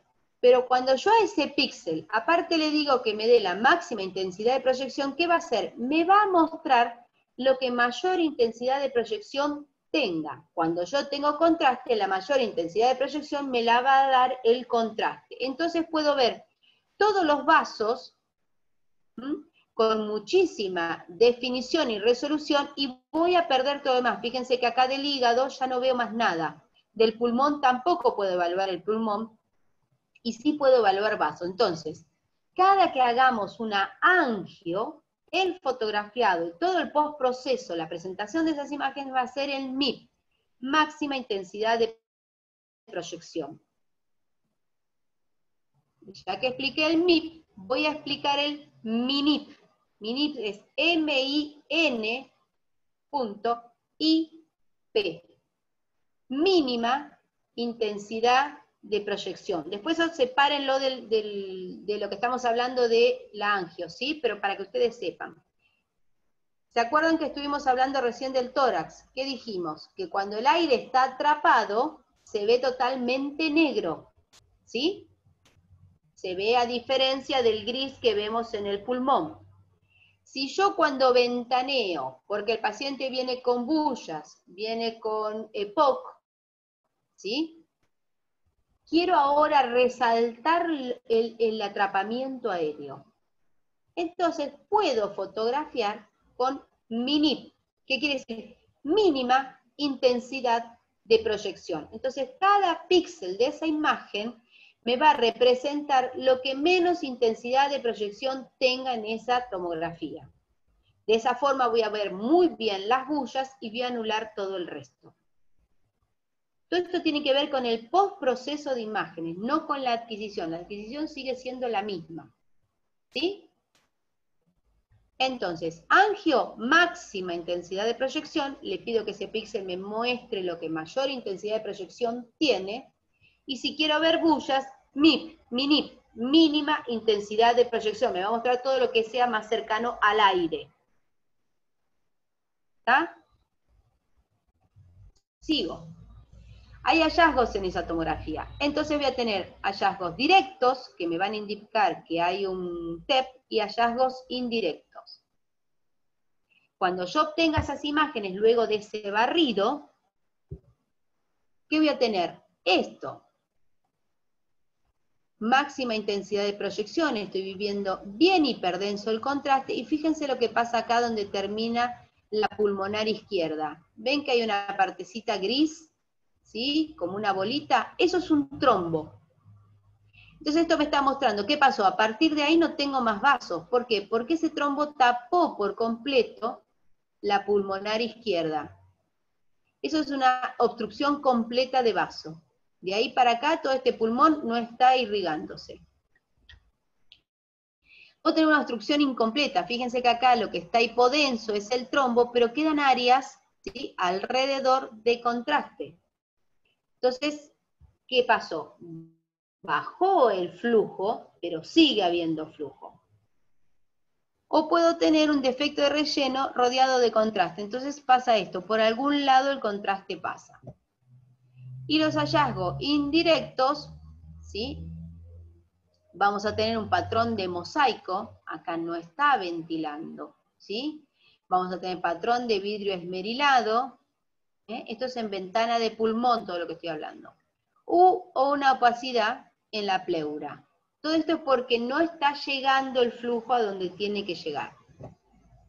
Entonces, importantísimo lo que obtuvimos con la tomografía multicorte en estos momentos es, paciente que ingresa a la guardia, se le realiza un dímero D o un estudio de laboratorio, indica que hay pocos gases, ¿sí?, esa toma de sangre es arterial, no venosa, porque necesito saber si hay oxígeno en sangre, ¿sí? Y la sangre oxigenada está en la arteria, no está en la vena.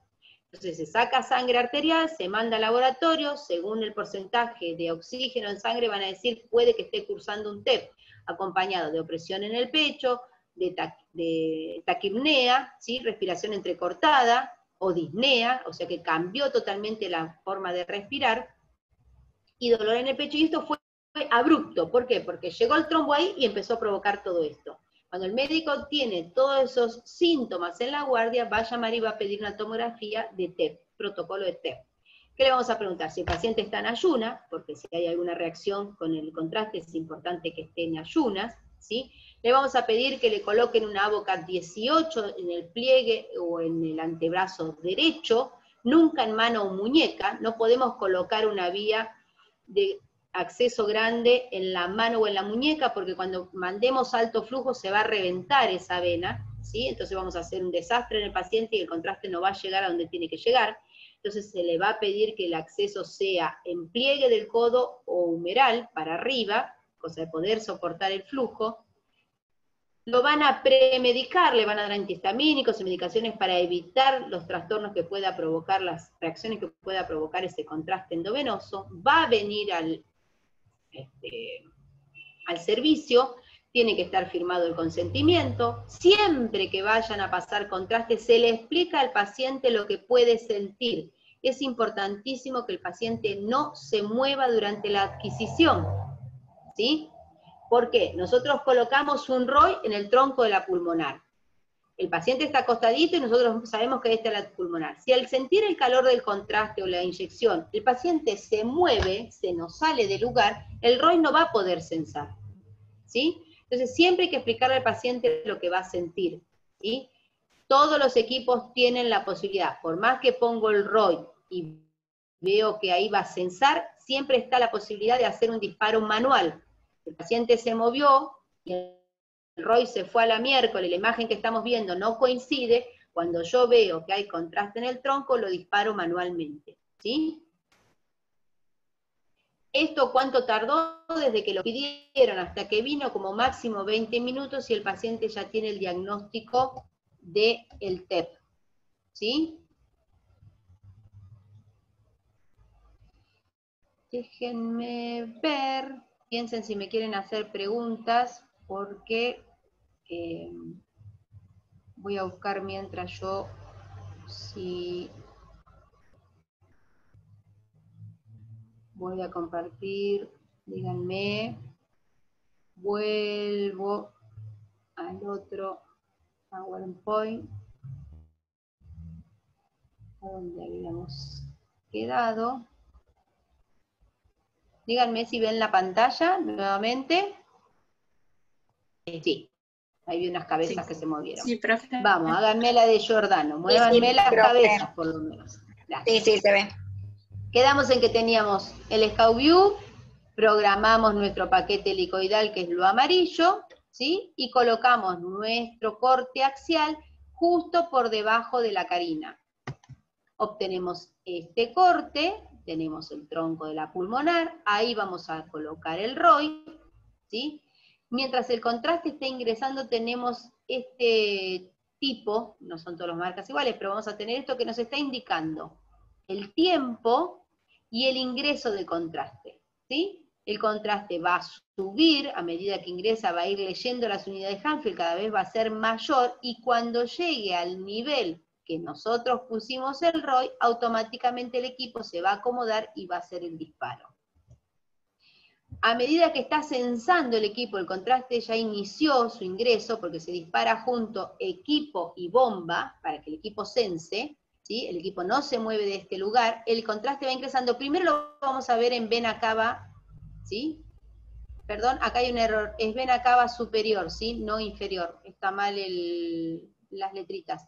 ¿Por qué? Porque el contraste está entrando por el brazo derecho, va a ir al tronco venoso derecho y va a ir directo a la vena cava superior. Yo ya veo contraste acá. Después de llegar a la vena cava va a entrar aurícula, ventrículo y va a salir nuevamente y lo voy a tener en el tronco. Volví a decir vena cava, perdón, pero es superior, ¿sí? Entonces ahora ya tengo el contraste en el tronco. Cuando el equipo lea las unidades Hanfield ahí, ¿sí? Se va a correr, va a disparar, y cuando nosotros tengamos la adquisición lo vamos a tener de esta forma.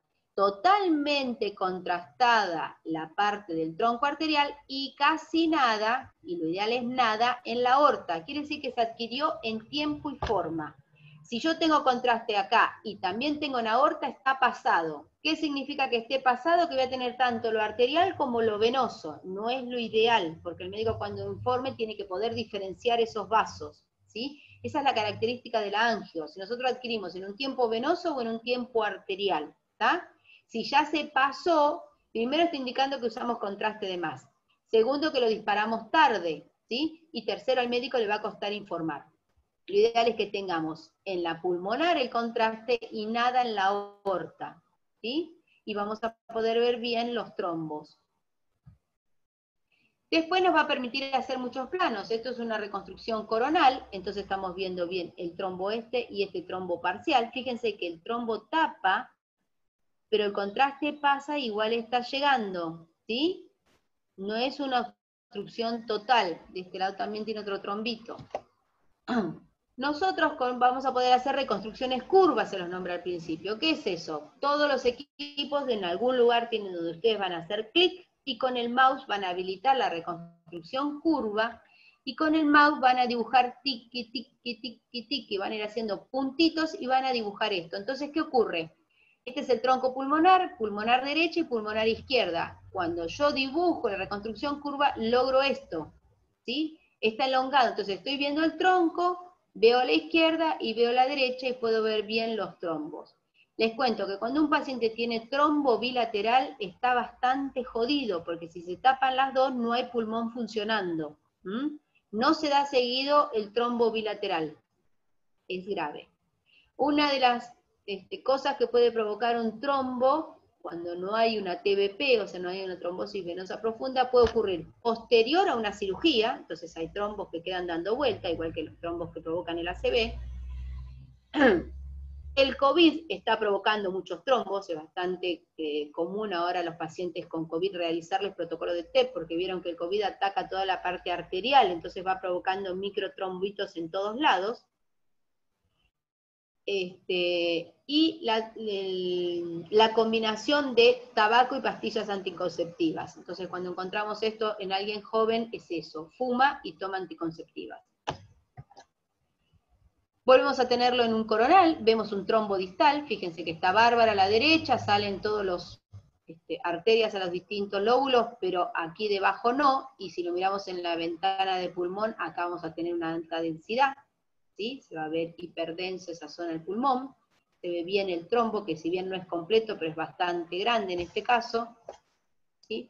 Podemos hacer reconstrucciones 3D. Lo podemos ver en forma axial. ¿Sí? Acá estamos llegando a la cava, fíjense toda la cantidad de trombo que hay tapando vasos. ¿Sí? Fíjense, esto está tapado, pero el lado izquierdo está funcionando un poco mejor. ¿Sí? Voy bajando, es el mismo paciente, tengo bien pintado el tronco pulmonar y las pulmonares, pero no la aorta. ¿Sí? Esto que vemos acá es la cava, está más densa todavía porque por ahí entró el contraste. ¿Sí? Sigo bajando el mismo paciente, fíjense que acá esta rama está totalmente tapada. Puedo hacer cortes sagitales, entonces veo que una parte del vaso tiene contraste y otra parte no. ¿Sí? Esto que están viendo acá es la aorta, y esto que ven hiperdenso son calcificaciones de la aorta. ¿Sí? Es un paciente añoso. Son calcificaciones de la pared, no es contraste. ¿Ven? Esto es calcificaciones de las paredes de la aorta. ¿Está? Ven acá va superior, esta es la salida de la aorta, acá estarían las coronarias, ascendente, ¿sí? Y acá estamos viendo la pulmonar izquierda con sus trombos. Y esto que están viendo acá es parte, está entubado el paciente, ¿sí? Es parte del tubo endotraqueal. ¿Ven? Esto está en MIP, ¿sí? Podemos ver bien la cava, la salida de la tronco. Acá aparte el paciente tiene un tumor importante en pulmón. Podemos ver bien las ramificaciones. Esto está en MIP, máxima intensidad de proyección. Vemos mucho mejor los vasos, ¿sí? Se diferencia bien el trombo en esta pulmonar. Cortes sagitales, reconstrucciones 3D, ¿sí? Lo mismo. ¿Sí? Estos son chichitos, no son las que diagnostican, pero bueno, quedan líneas, también las pueden trabajar. Es el mismo paciente. Fíjense, acá vemos la subclavia izquierda, bien la aorta, tronco derecho, la parte izquierda, la vena cava por donde aquí está entrando el contraste, ¿sí? Cortes coronales, esto es un equipo muy viejo, sin embargo ya se podían ver, ¿sí? Los trombos siempre, el contraste es hiperdenso, esto está pasado, ¿sí? Tengo tanto contraste en las arterias pulmonares como en la aorta, ¿sí? Esto que pasó, muchísimo contraste, se adquirió tarde y hay mucho contraste, el paciente recibió prácticamente el doble de contraste que necesitaba. Y eso es mucho. Esto es una arteriografía por hemodinamia, mismo paciente, ¿sí? Esto ya tuvo un infarto pulmonar, toda esta zona ya tiene líquido, tiene sangre, ya no está irrigando, ¿sí? Lo mismo visto en coronal, fíjense el trombo de un lado, el trombo del otro, ¿sí? Creo que les quedó claro lo que es un TEP, ¿no? Chau, Caro. Esperen que estoy leyendo el chat para ver qué preguntaron, ¿sí? Se me conectó, ya estoy, dice Mariel. Hola Mariel, te leí tarde. ¿Todo bien? ¿Qué contraste se le da para la angio? El mismo contraste que para contraste endovenoso. La diferencia es que está pasado con bomba porque necesitamos un alto flujo y un volumen importante y poder adquirir en el tiempo que nosotros queremos. Las primeras imágenes que les mostré de tórax, donde fuimos viendo los vasos, el contraste está tanto en la vena como en las arterias. Para el TEP necesitamos que esté en las arterias pulmonares. Y si hacemos una angio de aorta, necesitamos que el contraste esté en la aorta y no en otro lado. Para eso se necesita bomba. No hay forma de que el médico pase el contraste, que nosotros sensemos y al mismo tiempo lo veamos, ¿sí? Si ustedes hacen una adquisición de tórax y el contraste es pasado a mano, van a hacer un tórax con contraste, no una angio. Cuando el contraste es pasado por bomba, ¿cómo procedemos? Coloca todo el médico, nosotros preparamos, cargamos la bomba, pero en el momento del disparo tiene que estar el médico presente. Y el tema de flujo y volumen, por lo general, cuando es un angio lo manejamos nosotros, ¿por qué? Porque miramos el equipo, miramos el tiempo de barrido, entonces podemos sacar qué cantidad de contraste necesitamos. Si va a ser una tomografía con contraste, también se puede pasar con bomba en un flujo bajo, y es el médico ahí el que nos dice qué cantidad de contraste utilizamos. Siempre el médico es parte, porque es trabajo netamente médico. Aparte el médico es el que entrevistó al paciente, se fijó si tomó la premedicación, si vino en ayunas, si es alérgico, si usa PAF, si usa metformina, hay un montón de contraindicaciones que el médico previamente al estudio hizo con el paciente en la entrevista y decide si se pasa o no. Listo, respondí todo lo que está en el chat, si alguien quiere preguntar algo es ahora. Profe, ¿cómo calculamos la unidad de Hanfield que se pone para que se sense y no se nos pase? Eso, en cualquier lugar que ustedes trabajen, ¿sí? Siempre va a haber un técnico que ya lo hizo antes, ¿está? Porque pues siempre se hace prueba-error dependiendo del equipo. Cuantas más hileras tiene el equipo, más rápida es la adquisición, entonces necesito menos contraste. ¿Sí? Por eso les dije que el volumen de contraste lo definimos cuánto tarda el barrido. ¿Sí? En un equipo de 16 hileras, el contraste, la adquisición de un tórax puede tardar, voy a hacer ejemplos, no es exacto, pero en 16 hileras puede tardar 15 segundos. Con 32 hileras va a tardar 10 segundos. Y un 64 va a tardar 6 segundos en barrer. ¿Se entiende? Entonces, cuanto más rápido es el equipo, menos volumen necesito. ¿Está? Perfecto, Después, profe, gracias. ¿qué pasa? Voy a ponerme acá. Nosotros cuando hacemos el corte a la altura de las pulmonares, lo estamos haciendo acá, pero el equipo barre desde acá hasta abajo, ¿sí? Que en realidad ahora les explico, los TEP se adquieren al revés, desde la panza hacia el cuello. ¿Por qué? Porque el contraste está entrando por acá, ¿sí? Está entrando así, ¿está bien? Por el lado derecho, tronco venoso derecho, y va a ir directo al corazón, ¿estamos? El corazón va a ir a las pulmonares. Entonces, como el contraste está entrando por acá, vieron que se ve más hiperdenso el contraste cuanto más fresco está. Si el equipo adquiere de abajo, el contraste baja y el equipo sube. No tengo el artefacto en las subclavias. Si el contraste entra y el equipo adquiere, voy junto con el contraste y corro el riesgo que el equipo le gane al equipo y no tenga bajo. ¿Sí? Otro motivo por el cual, por ejemplo, hoy día con los pacientes COVID, todos los tórax se adquieren de abdomen hacia arriba. ¿Por qué? Nosotros le decimos al paciente que respire hondo y contenga. ¿Cuál es el problema mayoritario de los pacientes con COVID? La apnea. No están mucho tiempo, no pueden hacer una apnea larga. Entonces, ¿dónde hay mayor movimiento cuando el paciente respira? En las bases pulmonares.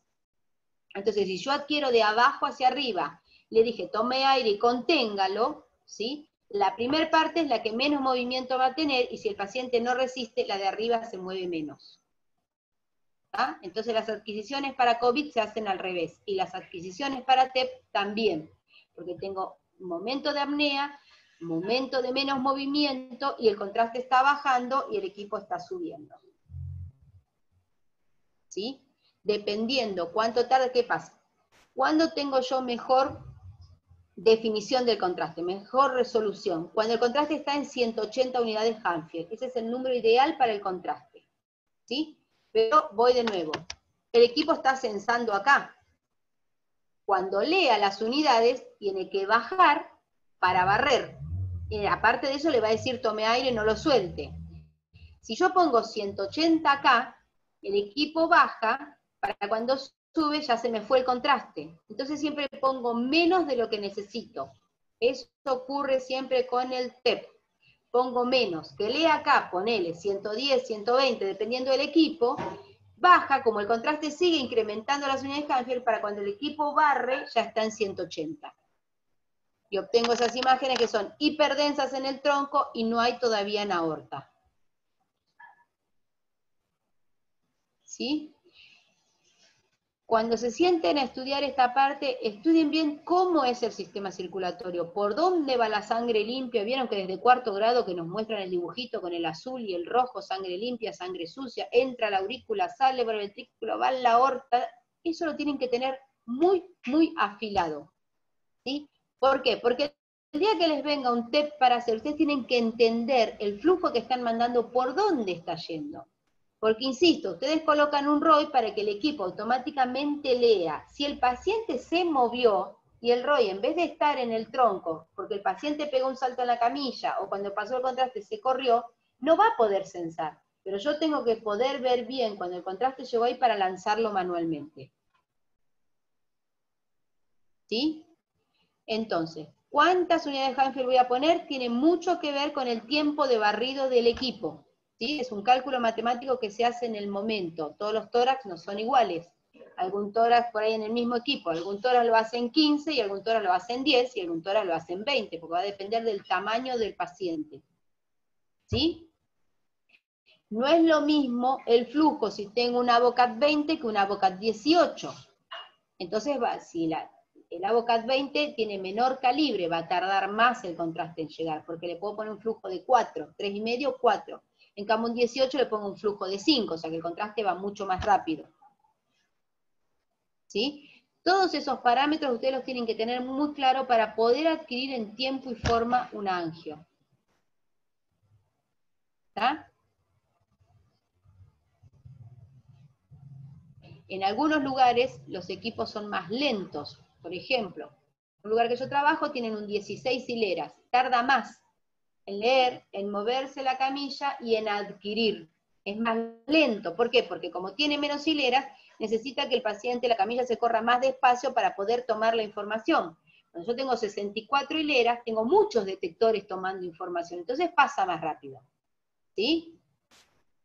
Cuando trabajan en un 16, ¿qué pasa? La bomba está mandando el contraste, y si yo espero que el paciente cuando pasa ya se me pasó el contraste. Entonces, ¿qué hacen? En vez de colocar el ROI en el tronco pulmonar, lo colocan en la vena cava. ¿Por qué? Porque, ¿qué dijimos? Primero viene por vena cava, va a entrar al corazón, va a transitar el corazón y va a salir por las pulmonares.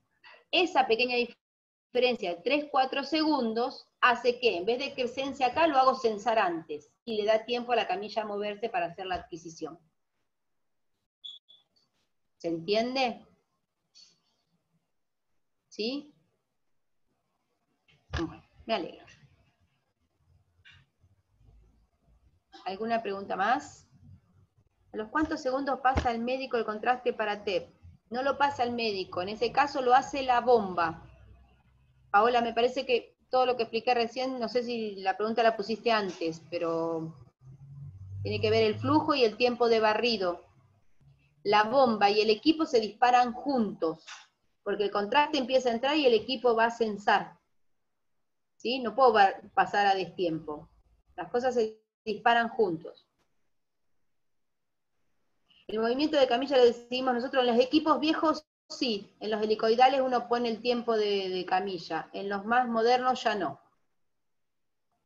En los equipos helicoidales se llama pitch. Nosotros ponemos el pitch, es la velocidad con la que se mueve la camilla. En los equipos multicorte ya está automático. Por eso les digo, cuando ustedes vayan a trabajar o a algún lugar que van a ir a hacer prácticas, va a depender de cada marca y de cada equipo. Por eso ustedes siempre se tienen que empapar con el equipo que están manejando, y todo esto que yo les estoy dando, que es común a cualquier equipo, lo tienen que tener claro para combinar esas cosas. ¿Sí? No sean apretabotones, piensen lo que están haciendo. ¿Mm?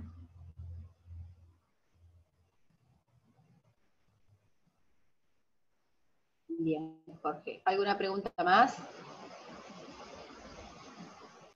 Profe, otra consulta. ¿El MIP Vale. lo podemos hacer desde cualquier equipo? Todos los Por más equipos viejo que tienen sea, MIP ¿es y algo que MINIP. se hace después? Sí, sí, porque es Todos, un bárbaro. post-proceso. Eso, todos Bueno, los equipos tienen MIP o MINIP y average, se llama, con el que trabajamos comúnmente. Se escribe average en inglés.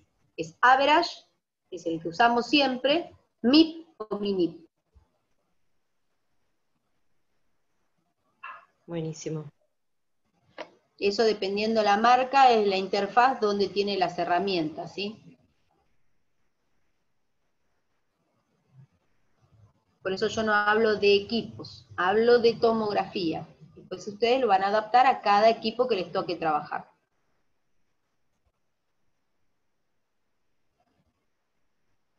¿Cómo se presenta esto en el fotografiado? Se presenta con MIP los 3 planos, porque vieron que es importante los planos para ubicar bien el coágulo, el tamaño y cuánto pasaje de flujo hay o no, ¿sí? Y lo dije que es en MIP, y se pueden hacer algunas reconstrucciones curvas para poder demostrar bien un coágulo. Piensen ustedes que el árbol bronquial, que se los di ahí, que les dije que no lo memoricen, las ramas salen para todos lados, ¿sí? No siguen un solo plano. Entonces a veces es importante hacer esos planos curvos para mostrar cierta rama que es la que está tapada.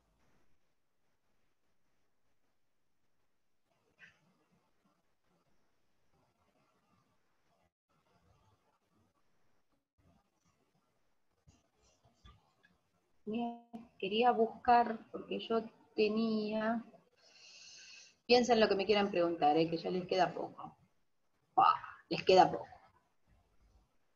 No, pero aprovechen. Pregunten hasta lo más sonso que les parezca, porque encima ustedes no están yendo a prácticas, entonces es más difícil ver las cosas. Entonces, por más que les parezca tonta la pregunta, háganla. Espérenme que voy a sacar el pendrive. Yo tenía un video. ¿Dónde habrá quedado el video?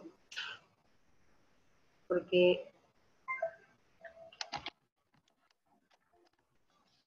¿Ninguna pregunta por ahí?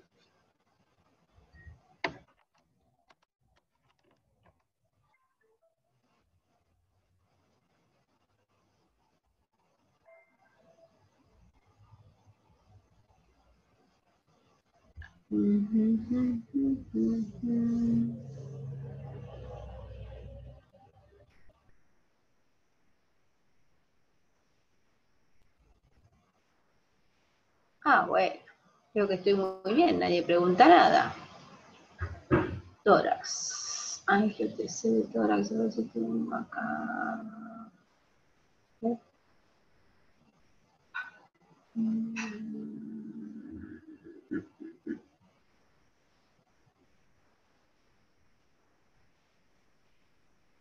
Profe, buenas noches. Buenas noches. ¿La adquisición de la angio es únicamente arterial o también se hace venosa? Para TEP es arterial, pero de las arterias pulmonares. Vos podés tener una angio arterial de aorta en tórax. Cuando hablamos de TEP es solamente de arterias pulmonares.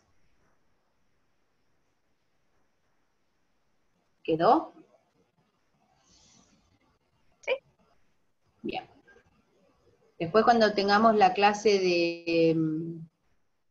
de angio vamos a ver más, ¿sí? Esperen que estoy buscando mis videos, a ver si les puedo mostrar. Tenía uno de adquisición, pero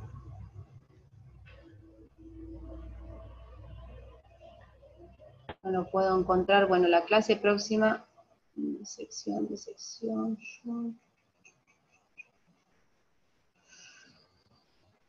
no, ¿a dónde habrá ido a parar? Mandé a arreglar mi computadora, ¿vieron? Entonces se me perdieron las cosas del lugar. No, este es un ángel de corazón. Profe, Sí, yo escucho, pregúntenme. Si bien me la, ven la cara es porque estoy mirando mi computadora, pero pregunten. en la bomba inyectora de doble cabezal se le pone en uno el contraste y en el otro se le pone solución fisiológica, ¿no? Sí. Ahora en la clase próxima, que es la de abdomen conmigo, vamos a ver más sobre la bomba. Sí. En TEP entonces no se usa fisio. Siempre si tenemos doble cabezal, está buenísimo usar el fisio porque limpia la vía y ayuda a lavar. Ah, listo.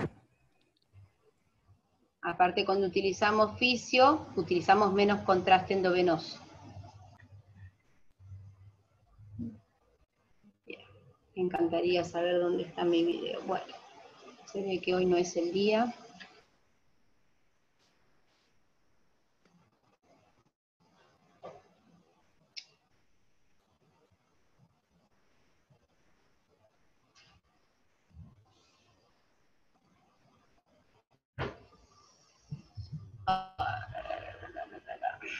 Bueno, no lo encuentro, chiquis. Perdón. Acá, videos. Bueno, para la clase próxima haré un nuevo video en todo caso porque no lo estoy encontrando. Ya, uno muy piola para que lo vean.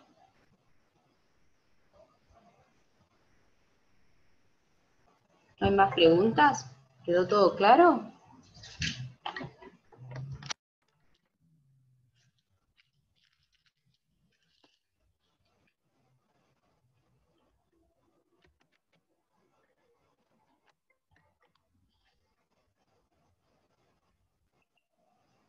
Yo...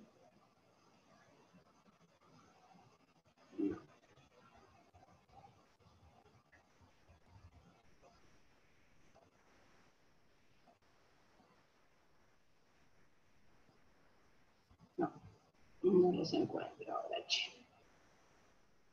Se van a disculpar, pero hoy no va a ser. ¿Alguna preguntita más?